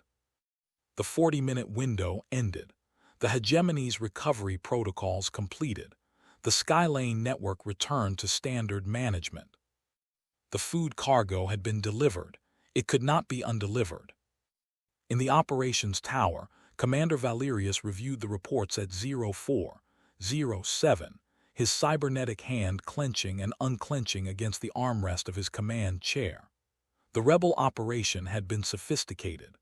The transit network had been genuinely compromised, not just disrupted, actually controlled. The viral insertion represented a technical capability he had not believed the rebel network possessed. And the food delivery, 50 tons of food cargo distributed to undercity access points, a tactical irrelevance, a gesture. A gesture that would be described and passed on, and amplified through every information channel in the undercity by morning. He began drafting the counteroffensive order at 0410. The full weight of the Hegemony's military apparatus would move at 0600. The true war, the one that could not be won with gestures, was beginning. Chapter 21. Valerius's Counteroffensive. The emergency protocols activated at 0600, and the city changed in the way that cities change when the power structure decides that the cost of restraint is now higher than the cost of the alternative. The patrols doubled, then doubled again. The skylanes were closed to civilian traffic. The Hegemony's emergency broadcast system, a network that had not been activated in 11 years, not since the final purge of the Eastern Sentinel communities, came online and filled every speaker in every public space with the flat, authoritative voice of the information authority. The technocratic Hegemony is currently conducting a comprehensive security operation in response to organized rebel activity. Citizens are advised to remain in their registered locations. Any movement in restricted zones will be treated as evidence of rebel affiliation. Cooperation with Hegemony security forces is mandatory and legally required. The voice repeated this on a 14-second cycle. In the Undercity, people listened to the announcement and did something the Hegemony had not expected in sufficient quantity to plan for. Many of them did not comply. Not openly, the Undercity had spent generations learning the value of strategic concealment, and it applied that learning now. But the 50 tons of food cargo that had been delivered in the night had done something to the risk calculation of 300,000 people. Not everyone, not even most, but enough. Enough to clog the patrol routes with accidental inconvenience. Enough to move information through channels the Hegemony was too blunt force focused to monitor. Enough to ensure that, when the Hegemony's elite response units began moving through the Undercity sectors in their systematic sweep, the rebel network knew where they were going approximately 6 minutes before they arrived. 6 minutes is a significant advantage. Valerius had deployed the Hegemony's full military capacity in a 3-phase operation designed to achieve 3 objectives: eliminate the rebel network's operational infrastructure, capture or neutralize the Sentinel, and restore the conditions of psychological control that the Skylane operation had disrupted. Phase 1 was the ground sweep, 48 enforcer units moving in coordinated patterns through all 16 Undercity sectors simultaneously. It was designed to be too comprehensive to evade. But it could be survived. The rebel network had spent the night activating every contingency protocol Lyra had designed for exactly this scenario. The base went dark, split into 6 mobile cells, each with an independent operational capacity, and no knowledge of the other's specific locations beyond a set of prearranged rendezvous points. Kaelen moved with the primary cell, Jax, Myra, Chen, 4 others, through a tunnel network that had been surveyed and mapped over 14 months for exactly this purpose. Phase 2 was the experimental weapons deployment. These were not the standard plasma lance and stun baton configurations that the Hegemony fielded at all scales. These were experimental, directed kinetic disruptors that were functionally the opposite of Sentinel capability, designed to generate destructive kinetic noise, not focused force, but distributed chaos, the kinetic equivalent of static. In enclosed spaces, they were catastrophic. The rebel network had not encountered these before. The first engagement cost them. It cost them 3 fighters in Sector 7 before Chen, in the mobile command unit, identified the weapon's signature and Lyra. From a remote access point she had prepared for this possibility, developed a counter-protocol, and distributed it to all cells within 4 minutes. Phase 3, Lyra said, in the distributed comm network that the Hegemony could not yet locate. Psychological. They're going to the public executions. They'll do it publicly, visibly, in the spaces the food delivery happened. Confirm, Myra said from Sector 7. Not prisoners they have. I don't believe they have enough prisoners for this. They'll pull from the civilian population, people adjacent to last night's distribution points, people who accepted the food. A pause. It's not punishment, it's instruction. The instruction was delivered at 08:30 in 3 public spaces in the sectors where the food delivery had occurred. Kaelen heard about it from a network contact 40 minutes after it happened. 11 people, selected, it appeared, by the criterion of having been identifiably present at distribution points during the night delivery. Age range, 14 to 67. He heard this and sat very still for a long moment. Jax watched him, did not speak. This is what they do, Myra said quietly from across the cell space. This is what they have always done. It's not new. I know, Kaelen said. I know exactly what it is. He looked at Jax. And I know what it's designed to do. Break the momentum, Jax said. Remind people that visible defiance has a price, that the gesture of accepting 50 tons of food costs 11 lives. He paused. Valerius is not trying to win a battle. He's trying to destroy the thing that makes people willing to fight. Can he? Myra asked. Kaelen thought about the 40 conversations in the break rooms, about the 14 new contacts in 4 days, about Aldrich from the Northern Sentinels, saying he would be satisfied. He thought about Alara and the 11 people and the 3 fighters in Sector 7 and the cost that kept being paid. No, he said, because he's wrong about the calculation. He thinks he can make the cost of resistance high enough to be prohibitive, but the culmination is 8 years away. The cost of inaction is total. You can't threaten people with something worse than extinction and expect the threat to work. Then we keep moving, Myra said. We keep moving, he confirmed. In the operations tower, Valerius received the morning report and found, to his intense displeasure, that the psychological operation had had the opposite of the intended effect on the rebel network's information channels. The executions had been documented, distributed, and were now circulating through the Undercity with the specific emotional force of atrocity made visible. He should have anticipated this. He found the oversight irritating in the specific way that errors made by an otherwise reliable instrument are irritating.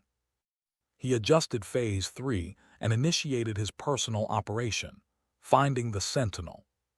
He had a new tool, a sensor developed specifically from the energy signature analysis of the hub incident and the facility ambush.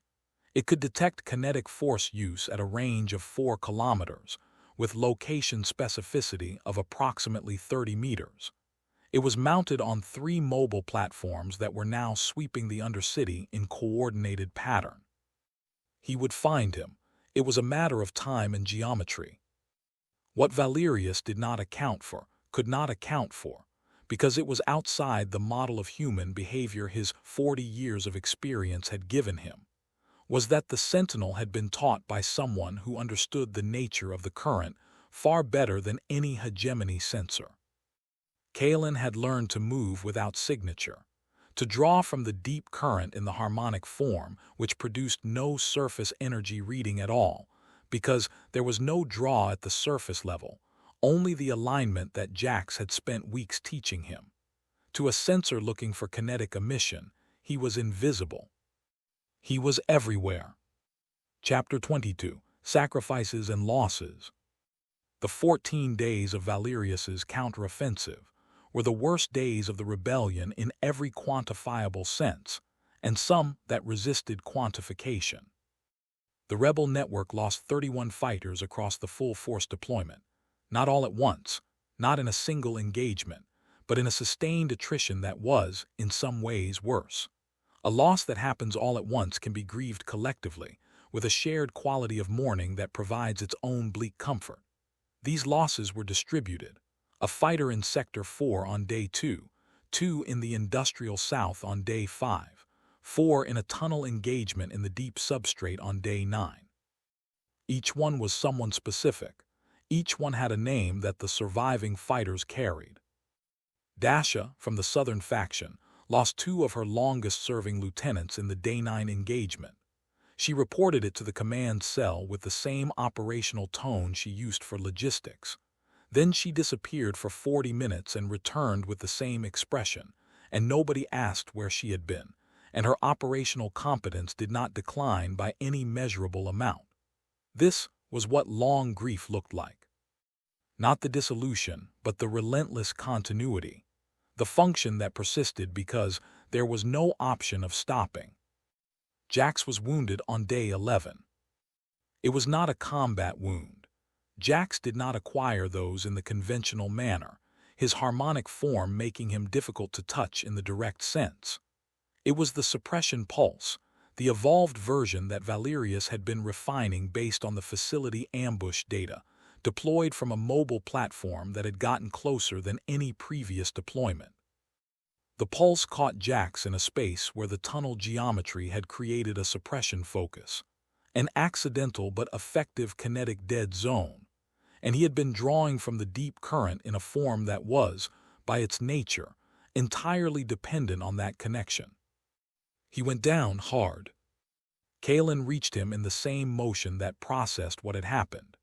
Jax was conscious, which was the first relief, but the expression on the old man's face was unfamiliar. the expression of someone who has encountered a genuine limit for the first time in a long time. "How bad?" Kaelen asked. "The connection is disrupted," Jax said. His voice was even, but the effort of making it even was visible. "Not permanently. A kinetic concussion, the Sentinel equivalent of a sharp blow to the head. My reach is compromised." He paused. "I can feel the current. I cannot draw from it effectively, not for some time." "How long?" "Unknown." He met Kaelen's eyes. "You will have to manage without me in full capacity for the coming operations." Kaelen said nothing for a moment. Then, "Can you still teach?" "Yes." "Then that's what you do." He left Jax with the secure cell and went back to the network. But Jax's wound did something to him that the 31 deaths, terrible as they were, had not quite done, because he had known those fighters had cared for their lives, had felt each loss with the specific weight of the irreversible. But Jax was something else. Jax was the last living person who had known his father as a man rather than as a legend. Jax was the voice that had said he would be satisfied. Jax was the thread that ran backward from the present to the origin. He found Lyra in the mobile command position on day 12, running the network from a unit buried in a tunnel beneath an abandoned transit station.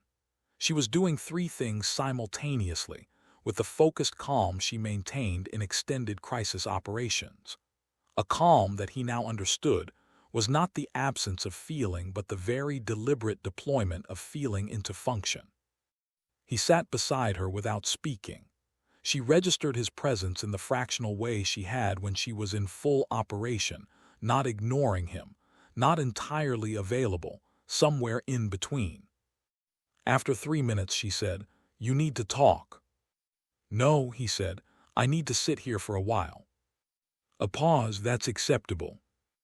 They sat in the humming quiet of the command unit, her work proceeding around them, the crisis continuing outside, and for a period that was probably 15 minutes but felt longer, Kaelen sat with the weight of the 14 days and let it be what it was.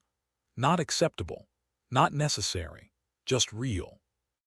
At some point, without discussion, Lyra shifted her work to one hand and put the other one on his arm, the way you put your hand on something solid to confirm it is there.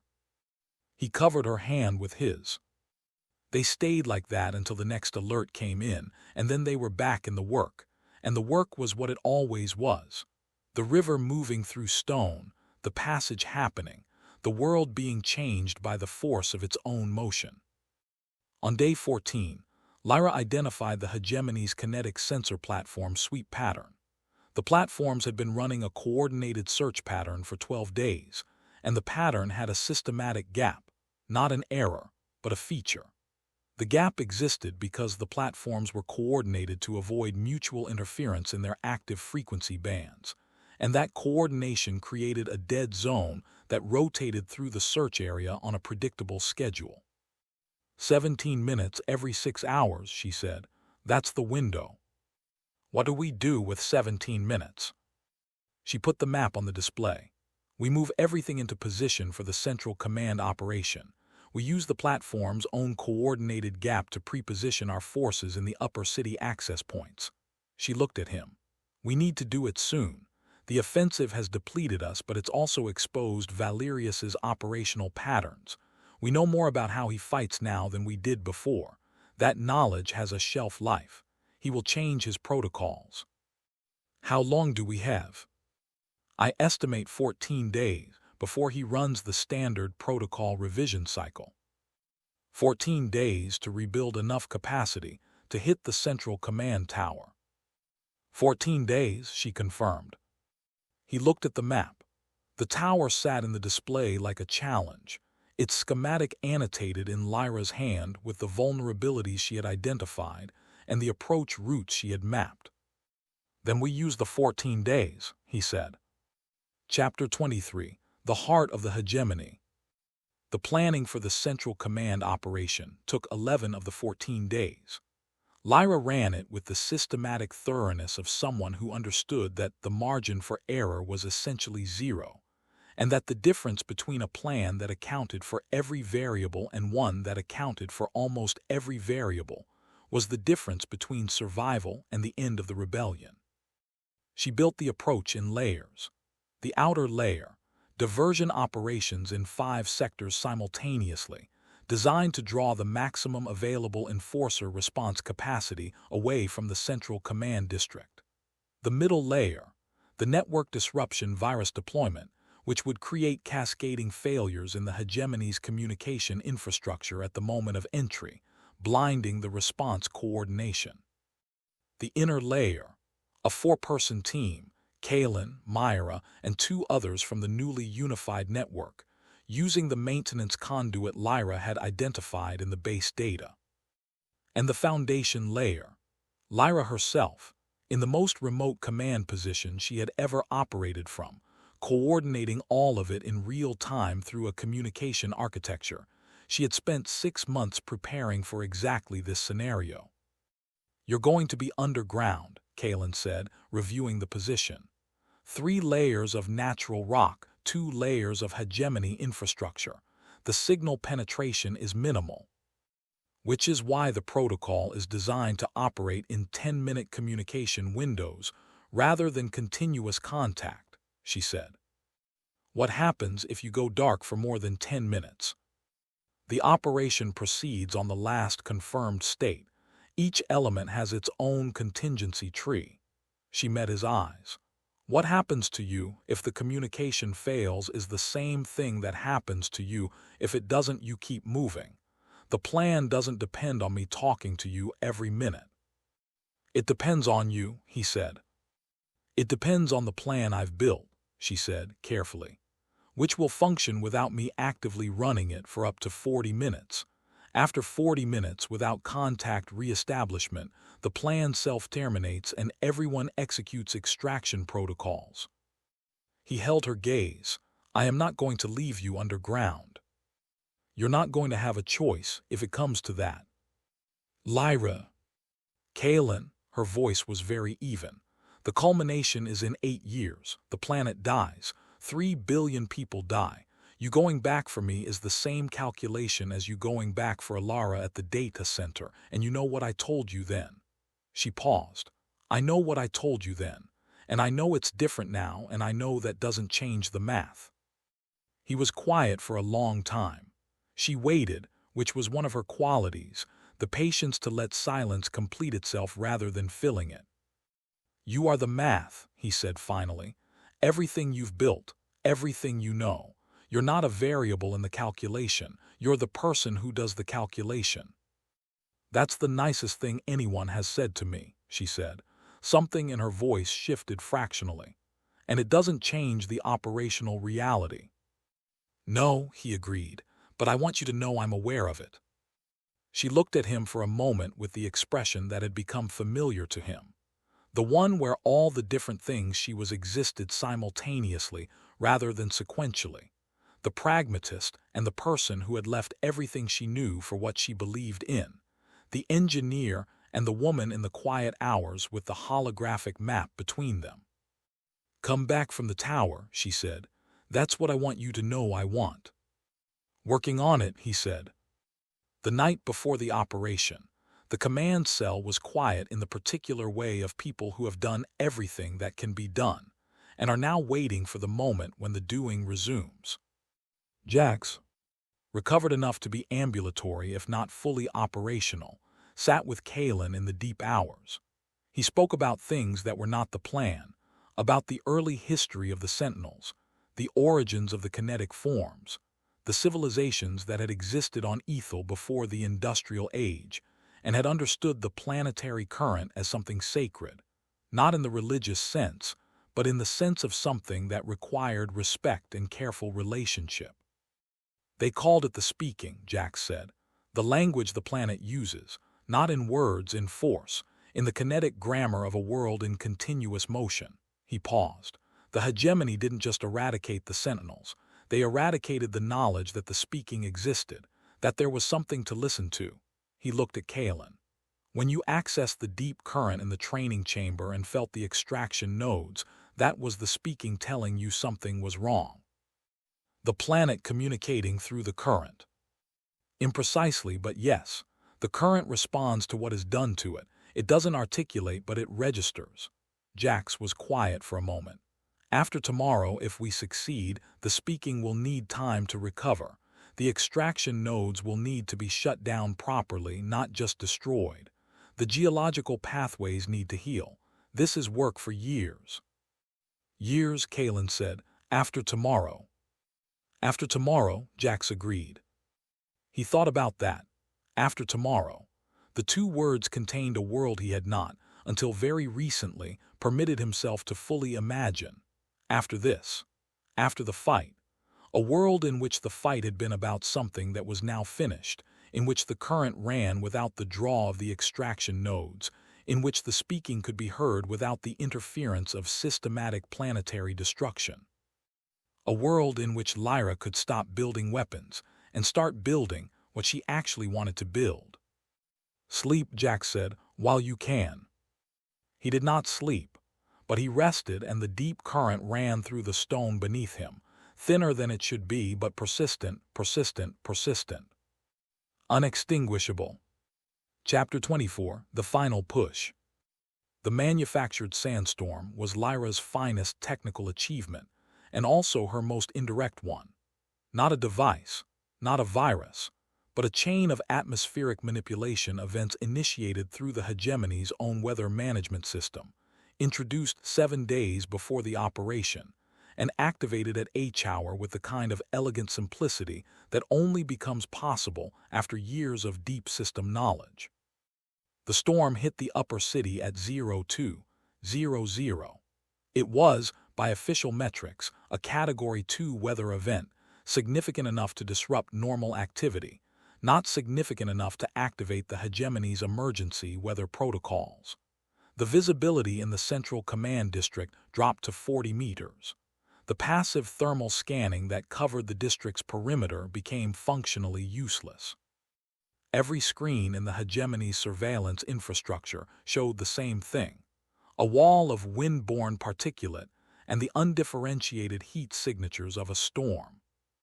The diversion operations activated in 5 sectors simultaneously, drawing the response infrastructure toward the Undercity with a series of apparently coordinated rebel attacks that were designed to look exactly like the beginning of a major offensive. They were not the beginning of a major offensive. They were noise, carefully engineered to resemble signal. Kaelen moved through the storm. He had the suppressor in his left hand. He had years of training and the harmonic form and the deep current running through him in a quality that was different from any previous operation, fuller, cleaner. Jax, in the hours before dawn, had guided him through a preparation practice he had never seen before.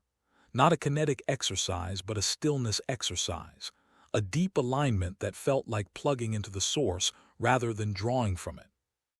He could feel Aethel beneath him in a way that was almost personal. The damaged places and the full places, the extraction nodes and the natural pathways, the geological reality of a living world that had been carrying the weight of what was being done to it without being able to articulate the burden. Tonight he was its articulation. Myra moved on his right. The 2 additional fighters, Civ and Ren, both seasoned, both absolutely reliable in the way that only people who have been tested to failure and recovered can be, held the flanks. The 4 of them moved through the storm like part of it, which was not metaphor. In the harmonic form, the kinetic connection to the environment made him a dynamic element of the physical space rather than a discrete object moving through it. Wind and force and the particulate air were not obstacles, they were information. The maintenance conduit was exactly where Lyra's schematic placed it. The access panel responded to the frequency override she had loaded into their equipment. The interior of the central command tower opened around them with the specific impersonal efficiency of a building that had never expected to be entered from this direction. Lyra's voice in the comm was steady and unhurried. Level 3, East Corridor. The security checkpoint has a 12-second gap in the active scan cycle. I've introduced a timing error in the refresh protocol. You have 12 seconds at the mark. A pause. Mark. They moved. The interior of the tower was nothing like the Undercity, and nothing like anything Kaelen had grown up around. It was the physical embodiment of the Hegemony's self-conception. Clean, efficient, every surface a statement of order and control. The air was processed to a different standard than Undercity air cleaner, with a faint trace of cognitive enhancers that he had been warned about, and was actively filtering through the kinetic field, which had the side effect of making everything slightly more vivid. They went through 3 security layers with Lyra's navigation and his kinetic resolution of the physical elements she couldn't address remotely. Each layer was precise. Each layer was fast. They were leaving no debris, no heat signatures beyond normal occupant level, no kinetic residue that the passive monitoring could distinguish from ambient. At level 27, the virus activated. The lights shifted to emergency red. The building's internal communication network went to protocol isolation mode. The security systems, cut off from the central coordination hub by the virus's insertion point, began running on autonomous backup protocols, which meant they were functional but not coordinated. 48 minutes before the isolation protocol's complete and coordination restores, Lyra said. You have 48 minutes. Kaelen acknowledged and kept moving.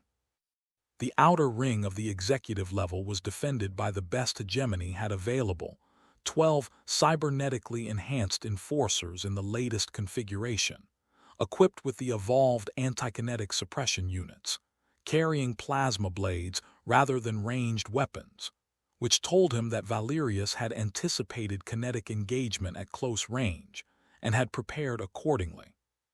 He deployed the suppressor for the first time in active combat. The triple emitter pulse hit the suppressor and was absorbed, stored, converted. He felt it in his hand, not pain but pressure, a fullness, an accumulation. He released it immediately, not as kinetic force but as a specific frequency disruption targeted at the nearest emitter's power coupling. The emitter shorted. The suppression field dropped at his position. What followed was the most efficient 4 minutes of combat he had ever produced. Not the most powerful, he had pulled deeper at the facility. Not the most dramatic, the Skylane operation had been more widely witnessed.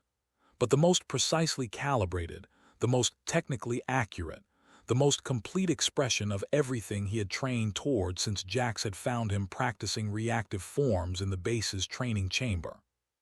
He fought in the harmonic form, drawing from the deep current, using the suppressor to neutralize each emitter as it deployed, the 12-person defense becoming, in sequence, a 12-move problem solved with the elegant economy of someone who understood every variable. Myra and the 2 others held the corridor approaches with the competence of experienced fighters who had spent months training alongside someone with his abilities and knew precisely when to contribute and when to get out of the way. At minute 7, the inner sanctum opened. Valerius was waiting. Chapter 25. Confrontation with Valerius. The inner sanctum of the central command tower was 40 meters in diameter, its floor-to-ceiling walls lined with displays showing the state of Aethel's infrastructure in real time. The network topology, the resource flows, the surveillance grid. The extraction nodes pulsing with their rhythmic planetary theft. In the center, a holographic Aethel rotated slowly, blue and green and brown, beautiful and borrowed. Valerius stood before it in his personal combat configuration, the cybernetic enhancements that were his private armor, not displayed for ceremonial purposes, but for this precise moment. 40 years of choosing perfectly had led him to this room, to this encounter with the thing he had convinced himself was eradicated. He looked at Kaelen and Kaelen looked at him, and the space between them was full of decades. The primitive returns, Valerius said. His voice was the voice Kaelen had heard in the facility ambushes after action reports, modulated, controlled, stripped of emotional frequency. I knew you would come. Sentinels are so predictable in their righteous indignation. A pause. Your father was the same. magnificent and inevitable and entirely unable to recognize when they were fighting a war that was already over.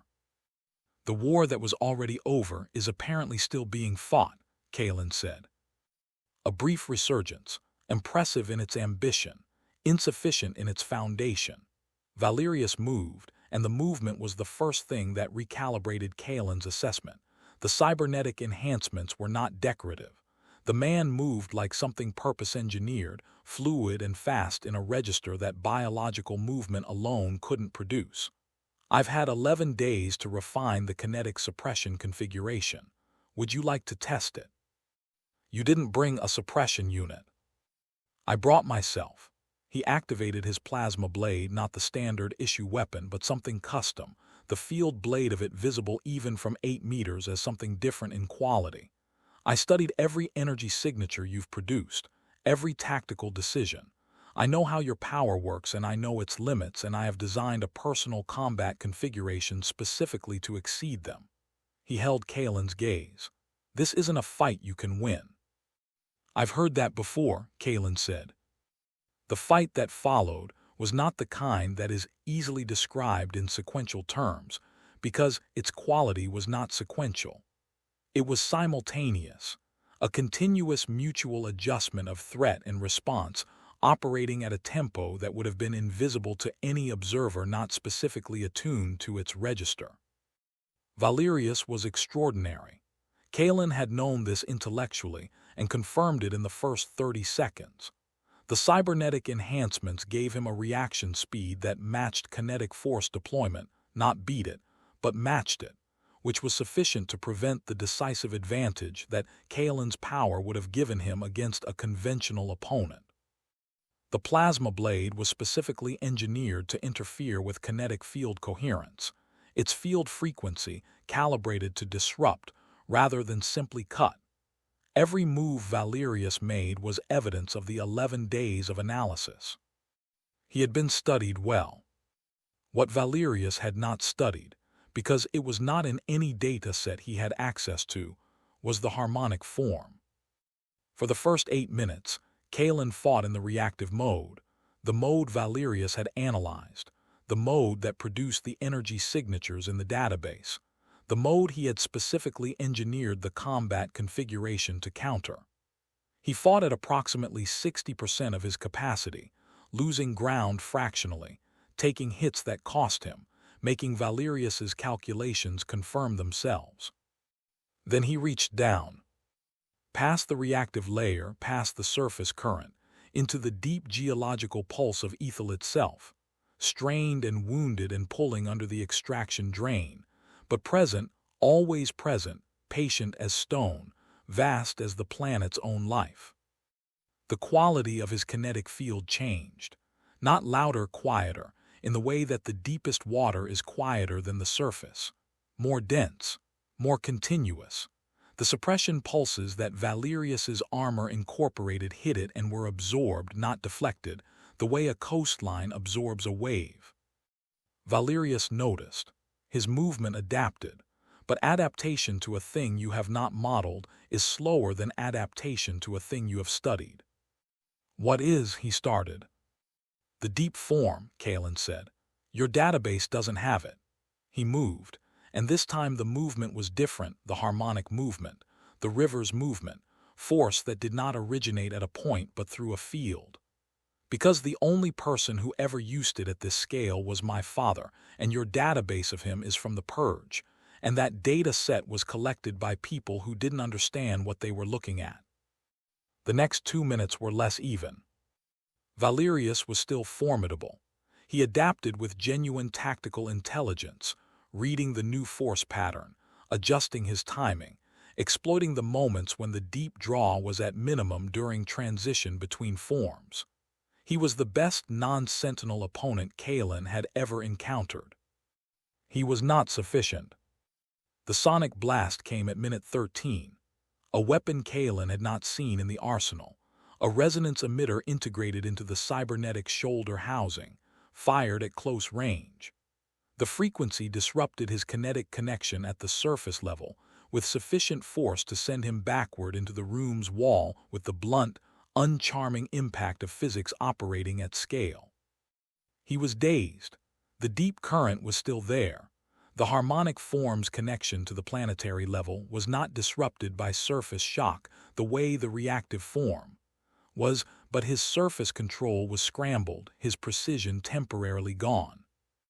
"Your father," Valerius said, standing over him, voice finally dropping the modulation, something real coming through at last, not fury, but the specific coldness of a man who has spent 40 years being right about things and needs now to be right about this too, sought to resist the Hegemony's extraction program. Not because it was wrong, because he didn't understand what it was for. The universe is not Aethel, Sentinel. There are other worlds. The Hegemony was simply choosing which investment to make. Your father was choosing sentiment over progress. I removed a liability that would have. "You murdered my family," Kaelen said. His voice was very quiet. "The rest of this is a story you tell yourself." Valerius raised the plasma blade. At that moment, a display on the wall activated. A fragmented reconstruction, clearly manufactured, deliberately placed. A kinetic energy recording edited and manipulated to show his father's power in uncontrolled eruption. His face contorted, buildings collapsing, the force going outward in catastrophic waves that flattened everything in range. Hegemony propaganda footage, held in reserve for exactly this moment. The suggestion that Darren had not been a defender but a weapon, that the Hegemony had been protecting the world rather than harvesting it, that the boy in the basement had been watching not a sacrifice but a demonstration of dangerous instability. Kaelen looked at the image. He looked at it fully, without flinching, and for 3 seconds he felt everything it was designed to make him feel. The doubt, the fracture, the terrible question of whether the man he had been building his life around was the man he thought he was. Valerius had done his research. The psychological weapon was well made. It touched the precise fault line between what Kaelen knew and what he could only believe, between the adult analysis and the 9-year-old in the basement who had only seen part of what happened. 3 seconds. Then he thought about Jax, about what the old man had said in the training chamber. Your father was working in perfect harmonic alignment at the end, not spending power, channeling the planet itself. A man in perfect alignment does not lose control. A man in perfect alignment gives everything with full intention, which is the opposite of what was on that screen. He thought about Aldrich 40 kilometers away, feeling the current change. Not chaos, the specific quality of complete commitment. He thought about 47 people who had reached the tunnels. He thought about a man who wept while he fought, not from fear or pain, but from love of a world he was watching end. He thought about Thuron in a cell, sending a final message through stone. They will remember us. No, he said. He reached all the way down, deeper than he had ever reached, past the extraction nodes and the geological wounds and the strained places, to the unextracted, the untouched, the deep fundamental pulse of a world that was alive and had been alive for longer than any civilization that had ever stood on its surface. The current came through him like a tide. The sonic emitters in the ceiling, 6 of them, redundant backup systems, shattered. The suppression housing in Valerius's armor failed at 3 connection points simultaneously. Not because Kaelen hit it, but because the kinetic field in the room had become, briefly, the floor of an ocean, and everything in the room either aligned with it or was moved by it. Valerius was moved by it. The plasma blade went wide. Kaelen caught his arm, the precise grip he had practiced for exactly this moment, the joint lock that addressed the cybernetic enhancement's hydraulics rather than the muscle, and applied a single, devastating, precisely calibrated kinetic force through the contact point. Not a blow, a wave. Valerius hit the holographic display of Aethel and went through it, the image of the planet shattering into a million fragments of light that fell through the air like slow, cold stars. He lay still. Kaelen stood in the center of the room, in the settling quiet of the aftermath, and breathed. The current moved through him like the river it was, not spent, not depleted, continuous, returning to its source. "Lyra," he said. A pause of 11 seconds, which he counted. "Here," she said. Her voice had a quality he had not heard in it before, not fear, not relief exactly, but the particular quality of a held breath released. "I heard the sonic blast. I'm fine," he said. A longer pause. "Are you actually fine, or are you performing fine for operational morale purposes?" He looked at the room, at Valerius, at the display of Aethel still cycling, the holographic planet slowly reassembling itself from the scattered fragments of light, patient and persistent and beautiful. "Both," he said. "Do it, Lyra." "Executing system shut down," she said. The lights went out. Chapter 26: The Fall of the Hegemony. The shutdown moved through the Hegemony's infrastructure like a tide moving through a landscape that had been designed to channel it. Irresistible, comprehensive, following the paths that Lyra had mapped over 18 months of dedicated system analysis and had now activated in a precisely sequenced cascade. The central command tower went dark at 03:47. The emergency generators activated and were immediately addressed by secondary shutdown protocols. The communication backbone, the real nervous system of the Hegemony's control apparatus, the distributed network that carried every order, every data packet, every surveillance feed, entered the isolation state that Lyra had introduced at the protocol layer. It didn't fail. It turned. Like a river diverted, it ran in the direction the new architecture pointed it. Every display in the megacity that had been running the Hegemony's mandatory information feed went blank. Not dark, blank, white, expectant. Lyra had prepared for this moment. Into the blank space she released the data, the culmination documents, the extraction program files, the ARC ship manifests, the colony site coordinates, the authenticated communications of the Hegemony's Executive Council discussing, in the precise and businesslike language of people who have decided something and are processing its logistics, the planned abandonment of the planet and its 3 billion inhabitants. Every screen, every speaker, every information terminal in the megacity displayed the same thing at 03:49. The truth. In the Undercity, people saw it in the break rooms and the dormitories and the corners of the medical facilities and the maintenance corridors. The night shift workers saw it on the small communicator screens they carried. The enforcer patrols saw it in their helmet displays, which were connected to the same network.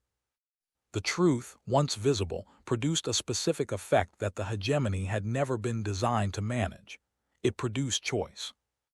In the Central Command District, the automated defense systems, cut from their central coordination hub, ceased coordinated operation and ran their individual autonomous protocols, which had been designed to manage perimeter security in the absence of command, not to manage a city-wide civic event.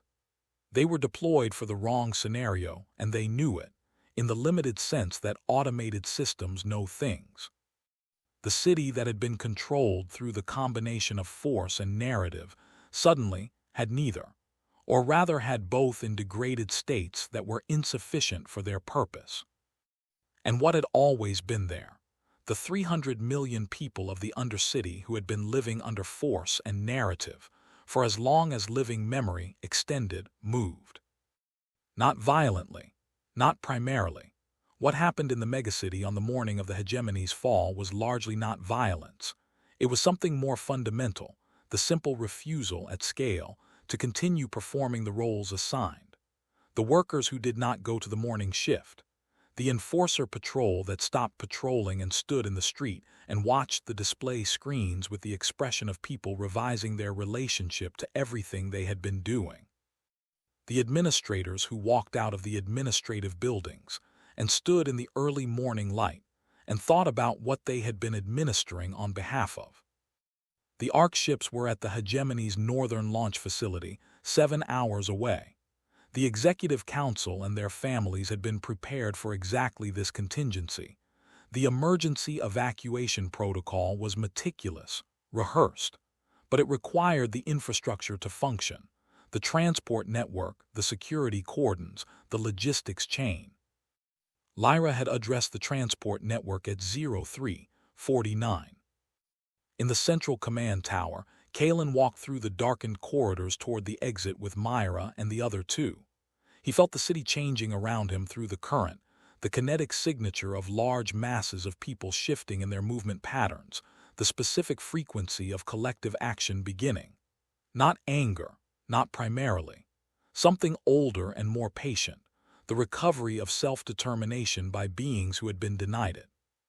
He came out into the manufactured sandstorm, which was beginning to dissipate as the dawn approached, and stood for a moment in the particulate air with his face turned upward. The current moved through the stone beneath his feet and through the air around him, and he could feel the extraction nodes, all 43 of them, across the planet still operating because the shutdown had been of the political infrastructure, not the physical, and the physical would require different work. Years of different work. But the decision-making structure that had been operating them was gone. The people who had been maintaining them in the name of the culmination would, in the coming hours, be confronted with the decision every person who has been serving a system must confront when the system's true nature becomes visible, what they had been serving, and what they chose to serve now. Jax's voice came through the comm. He was at the Southern Network Command position, monitoring the city-wide situation. The Eastern Enforcer Corps has suspended operations, the old man said. His voice was quiet and steady, carrying something that was not quite joy but in the vicinity of it. The Transit Workers Collective has taken control of the Skylane management system. The medical workers are distributing supplies from the Hegemony's emergency stockpiles. A pause. The city is choosing, Kaelen, all of it sector by sector. It's choosing. Myra, beside him in the storm, was crying.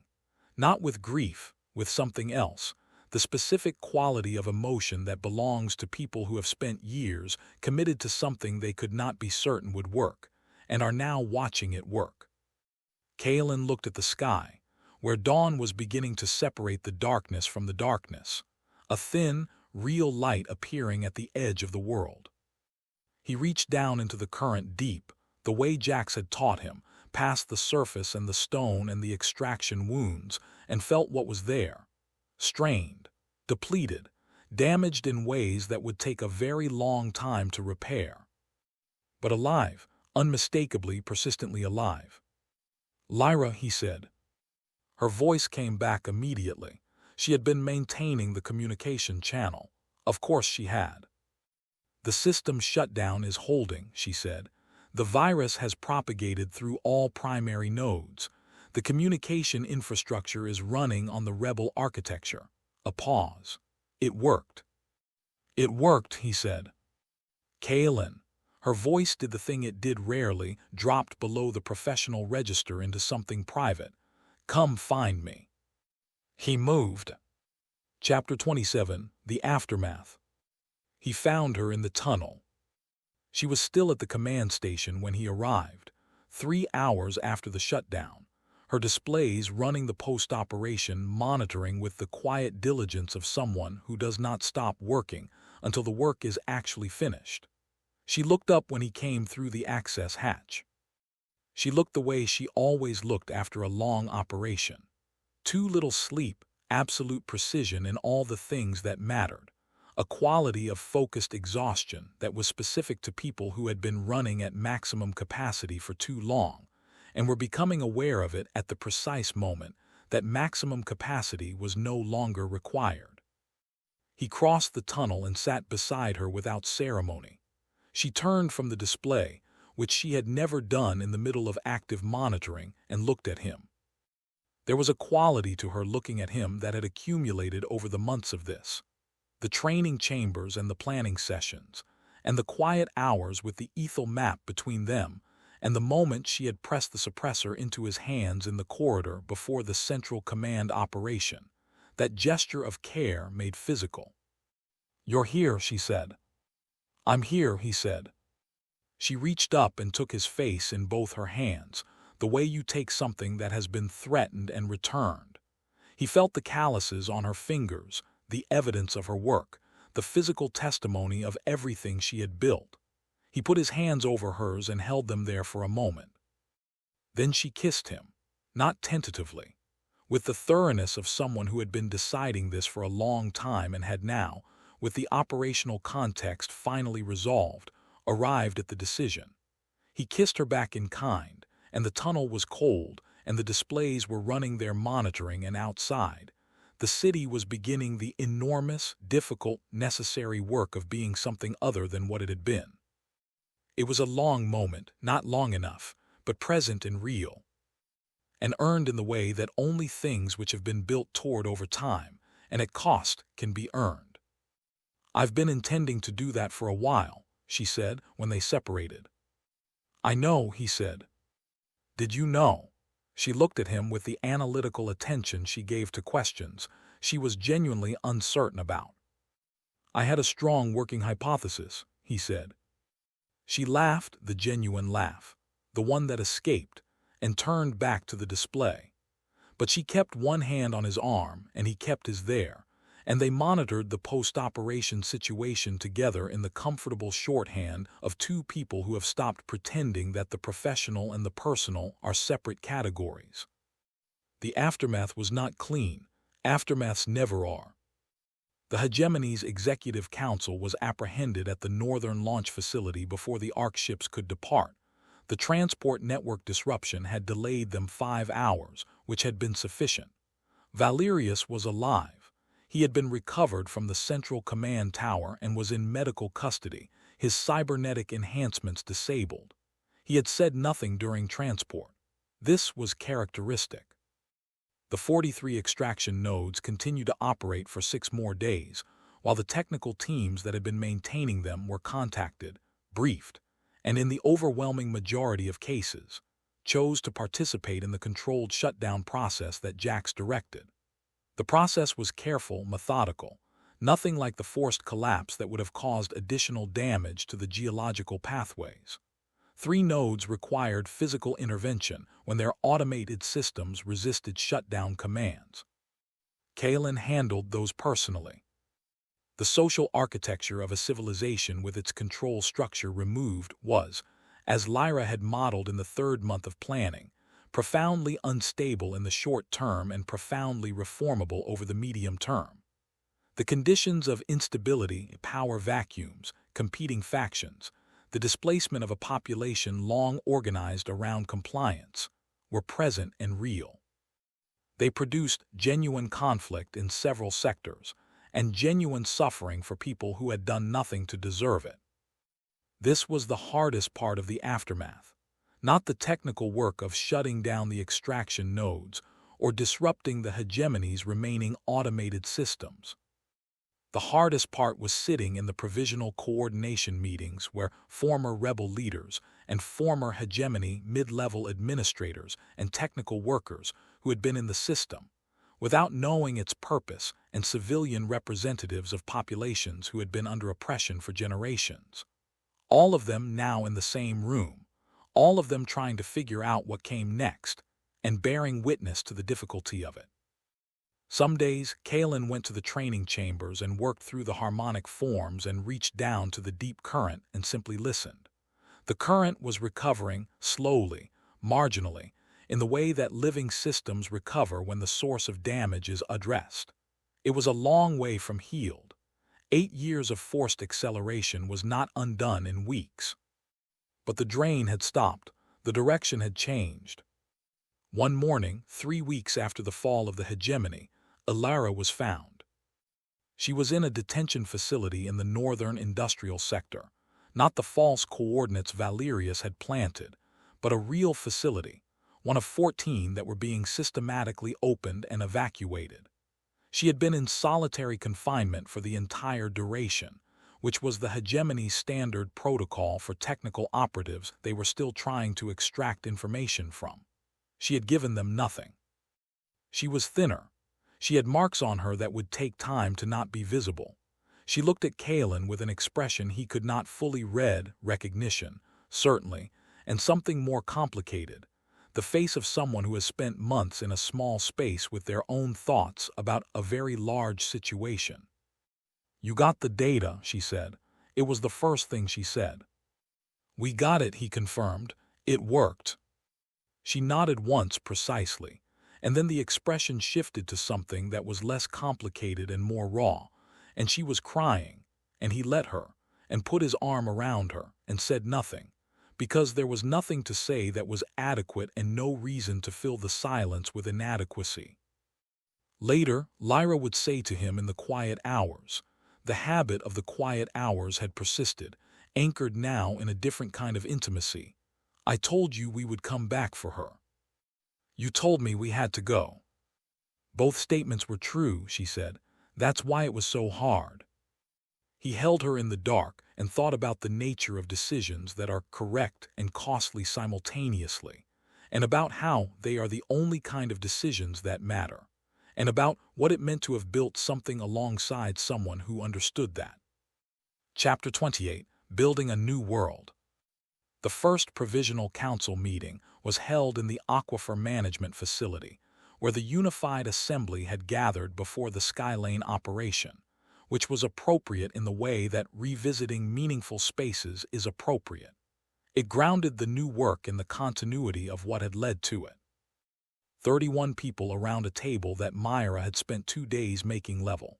Representatives from the rebel factions, from the defected Hegemony technical staff, from the civilian populations of 5 sectors, from the northern Sentinels. Jax was there, recovered and fully present. Lyra was there with her datapad and the comprehensive situational analysis she had prepared.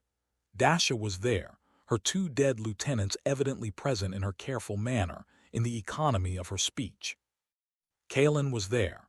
He had not wanted to be there in the way that he had wanted to go into the facility ambush, with the specific motivation of someone whose purpose is clearly defined. He was there in the more difficult way, because the people in the room needed someone to be present who believed in what they were trying to do, and he was that person, and there was no option of not being it. He had told Lyra this, the night before, in the specific way he had learned to tell her things directly, without performance. "I don't know how to do this." The fighting. The after, I was trained for the fight. The training was explicit: power, control, strategy, the harmonic form. No one trained me for the after. She had looked at him for a long time. "Jax did," she said. "Everything he taught you about the current applies. Listen deeply. Understand before acting. Recognize that the force you're working with is not yours, it's the system.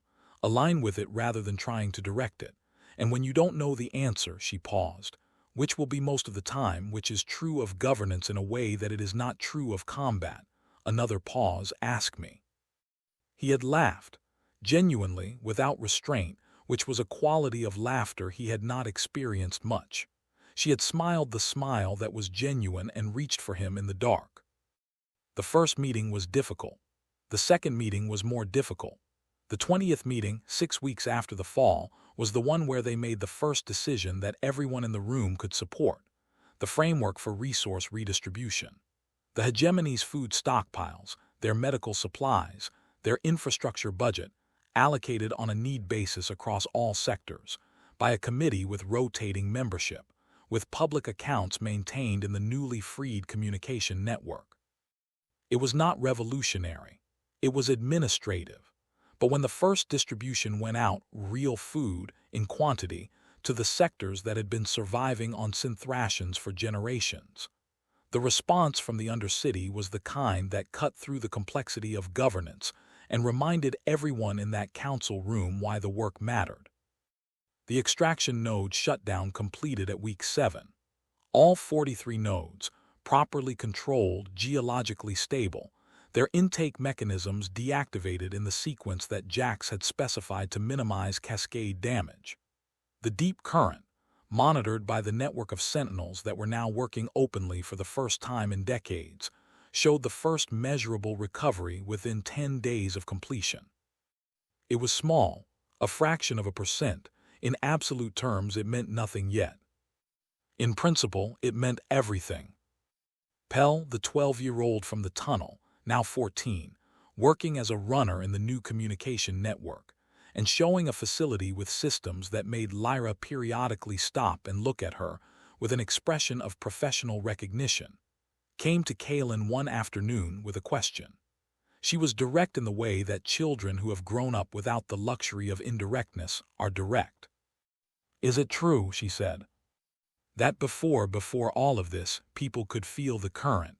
Ordinary people, not just Sentinels." "Some could," he said. "Most couldn't in the way Sentinels can, but everyone felt it in some form. The planet's presence, the sense of living on something alive rather than something inert." "I felt it," she said, "last week in the monitoring station, when Jax was running the deep check. I felt something in the ground, not big but real." She looked at him with the focused seriousness of someone making sure they are understood. "Was that it?" He looked at her. He thought about a 12-year-old writing a word on a tunnel wall and watching it evaporate.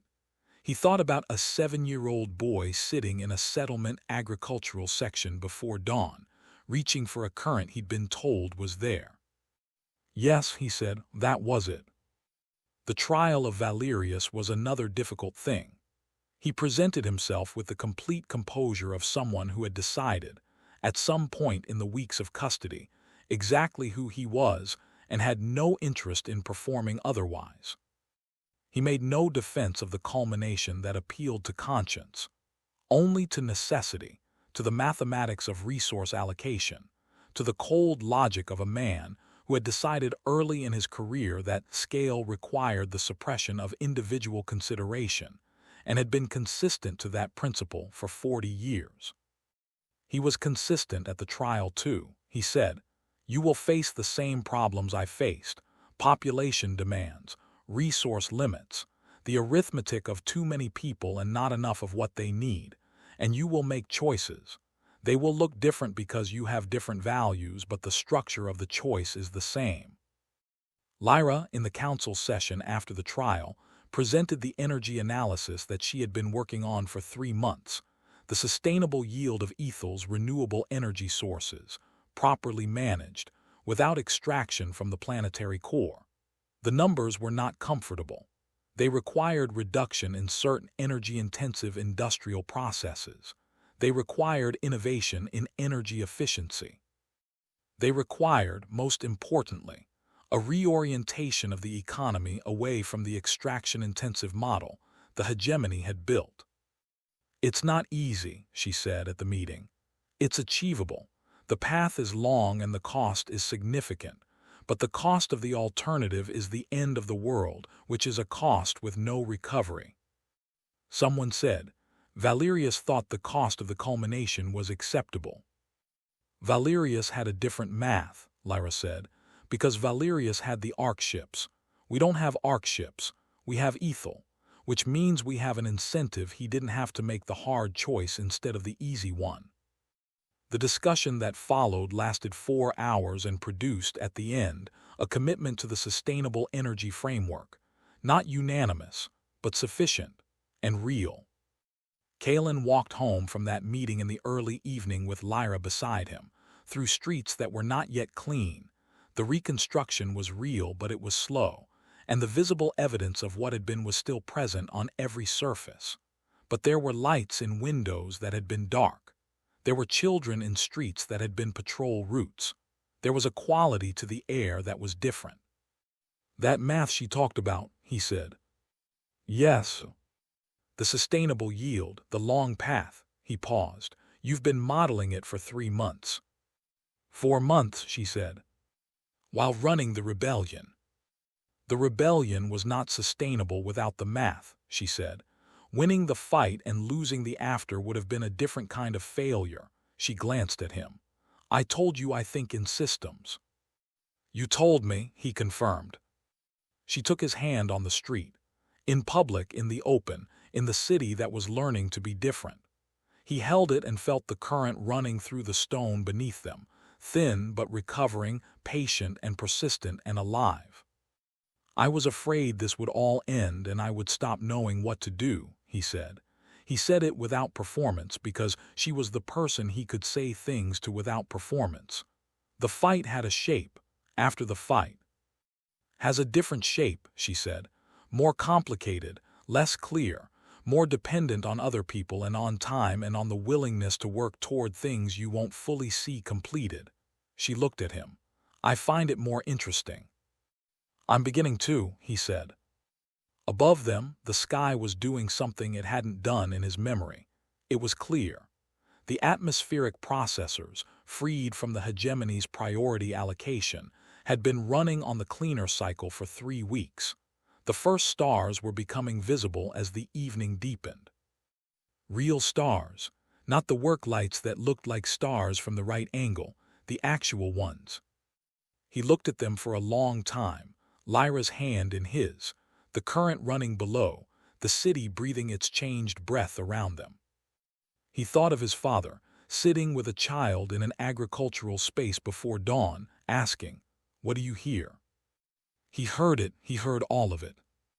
Epilogue: the enduring echoes. 7 years later. The training ground occupied a hillside above what had once been the Undercity's most desolate sector and was now something else. A neighborhood, a living place, with all the rich productive disorder of a community that has been given the conditions for self-determination and is using them. The buildings were not uniform. They had been built at different times by different hands with different intentions, which was its own kind of beauty. There were gardens on the rooftops, which Lyra had introduced through the Sustainable Agriculture Program in Year 2, and which had spread through the sector with the irresistibility of good ideas given adequate sunlight. The hill had a view of the whole district, which was why the training ground was there. Not for the view, for the reminder. For the students to understand in a visceral daily way the relationship between the force they were learning to work with and the world that force was embedded in. Jax conducted the morning session. He was 74 now, or whatever age he actually was that the official records had not perfectly tracked, and he moved through the harmonic forms with the quality he had always moved through them. The absolute economy of someone for whom the form had ceased to be an exercise and had become simply the way they were in the world. His hair was completely white. His staff had a new section, a repair from a combat encounter 4 years ago that had been made in the old style. Raw material, traditional methods, the joining visible and functional rather than hidden. 19 students. The youngest was 9. The oldest was 28, a former Hegemony logistics analyst who had been working with the Sustainable Energy Program when she had felt, for the first time, the deep current in the planetary substrate during one of the monitoring sessions, and had gone to Jax the next day with the specific expression of someone who has just discovered that the world is larger than they thought. In the center of the training floor, a young girl, 10 years old, Pell's daughter, named for an old Sentinel word that Jax had translated as. The place where the current turns was working with a small sphere of condensed kinetic energy, learning its weight, its coherence, the precise relationship between attention and stability. The sphere drifted upward when she relaxed her focus and descended when she brought it back. She was learning focus. The sphere was the feedback. It was, Jax had told the students, the first lesson ever given to a new Sentinel. The same lesson over centuries. The form is not the force. The attention is the form. The intention is the attention. Begin here. Kaelen came up the hill in the late morning with the particular unhurried movement of someone who has somewhere to be and is not in a hurry to be there, because unhurried is itself the destination. He was 26 years old. His face had acquired, over the years since the fall, the specific quality of someone who has borne significant weight and remained upright under it, not the absence of the weight, but evidence of having carried it with intention. He sat at the edge of the training ground and watched Jax work with the students. He thought about the council meeting that afternoon, the Infrastructure Committee's third review of the Energy Recovery Program, which was ahead of Lyra's projections in 3 sectors and slightly behind in 2, and which was producing results that were, in aggregate, precisely the kind of results that did not make compelling narrative, but were, in fact, the substance of a world being rebuilt. He thought about the geological survey data that the Sentinel monitoring network had compiled on the extraction node recovery. 3 nodes showing significant current restoration, 12 showing measurable improvement. The deep current was healing, slowly but definitively. He thought about Alara, who had come back from custody to become one of the rebellion's most important contributors in the post-fall period. Her organizational skills and her specific resilience channeled into the construction of the new communication network, the one that served the population rather than surveilling it.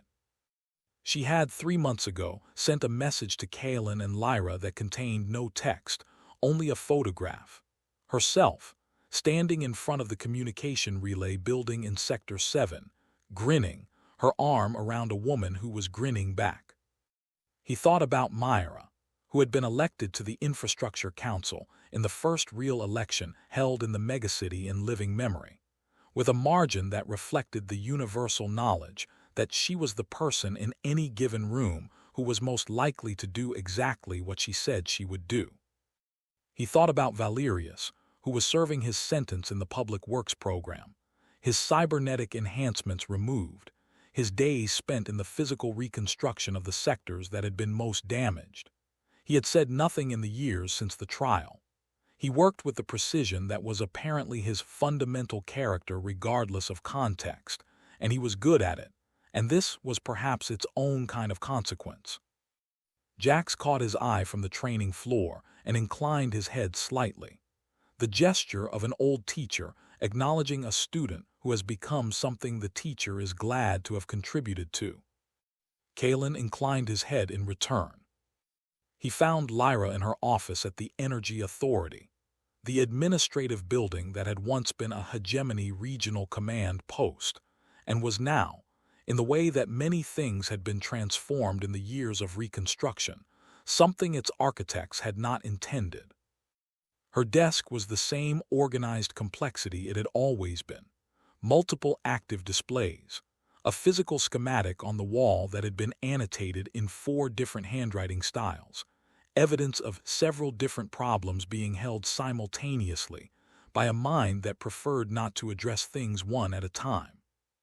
She looked up when he came in.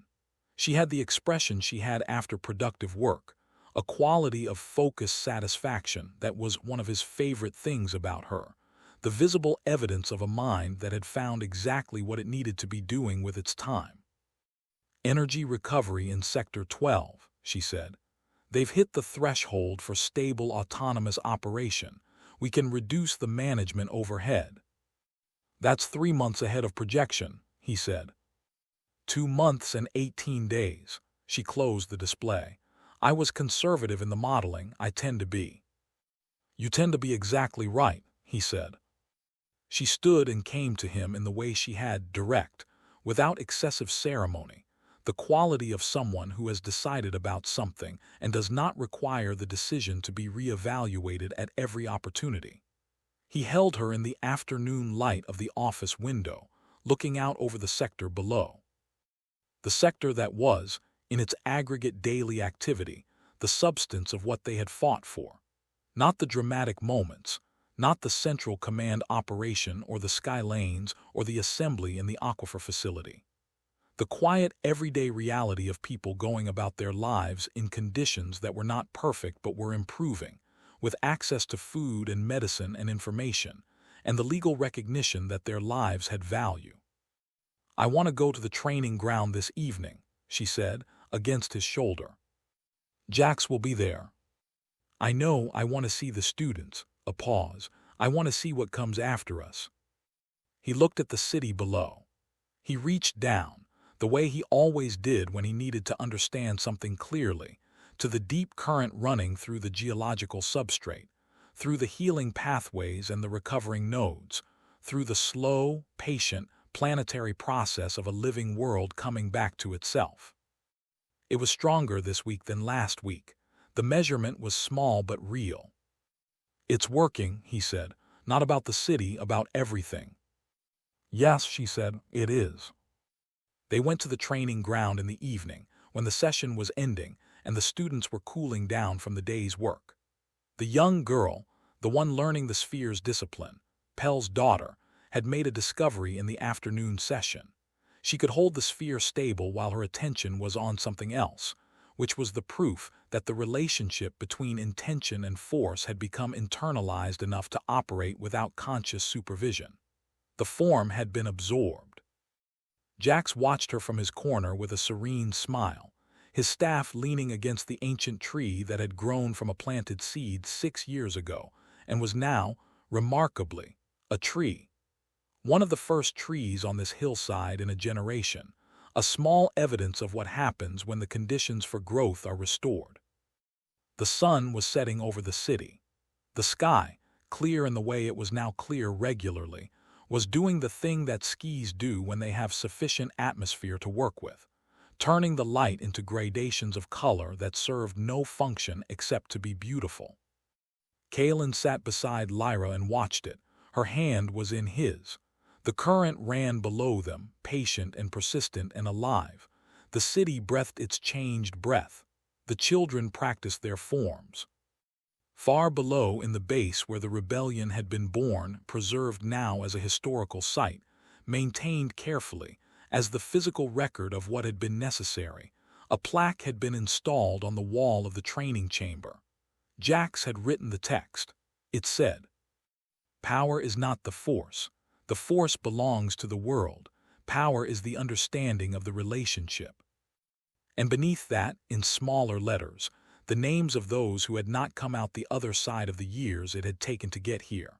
31 fighters, 11 people from the Skylane food delivery, many others across the years of the long resistance. The names were carved into the permanent record of what the freedom had cost. Not to produce guilt, not to produce grief exactly, to produce the specific and durable knowledge that the world that now existed was not the inevitable world, not the natural order of things, but the world that had been made by the choices of specific people at specific moments.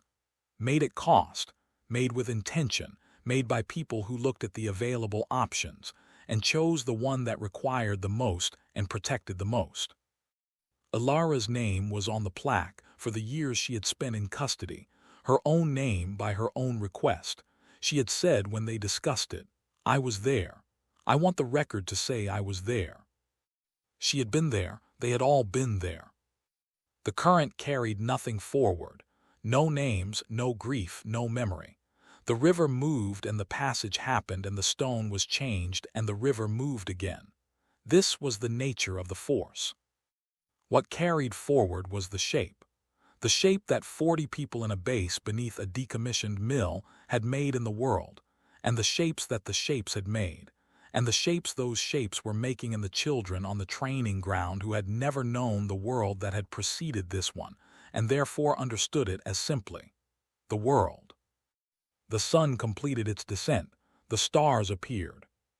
Kaelen looked at them with the expression that had replaced, over the years, the grief and the anger and the careful maintained intention.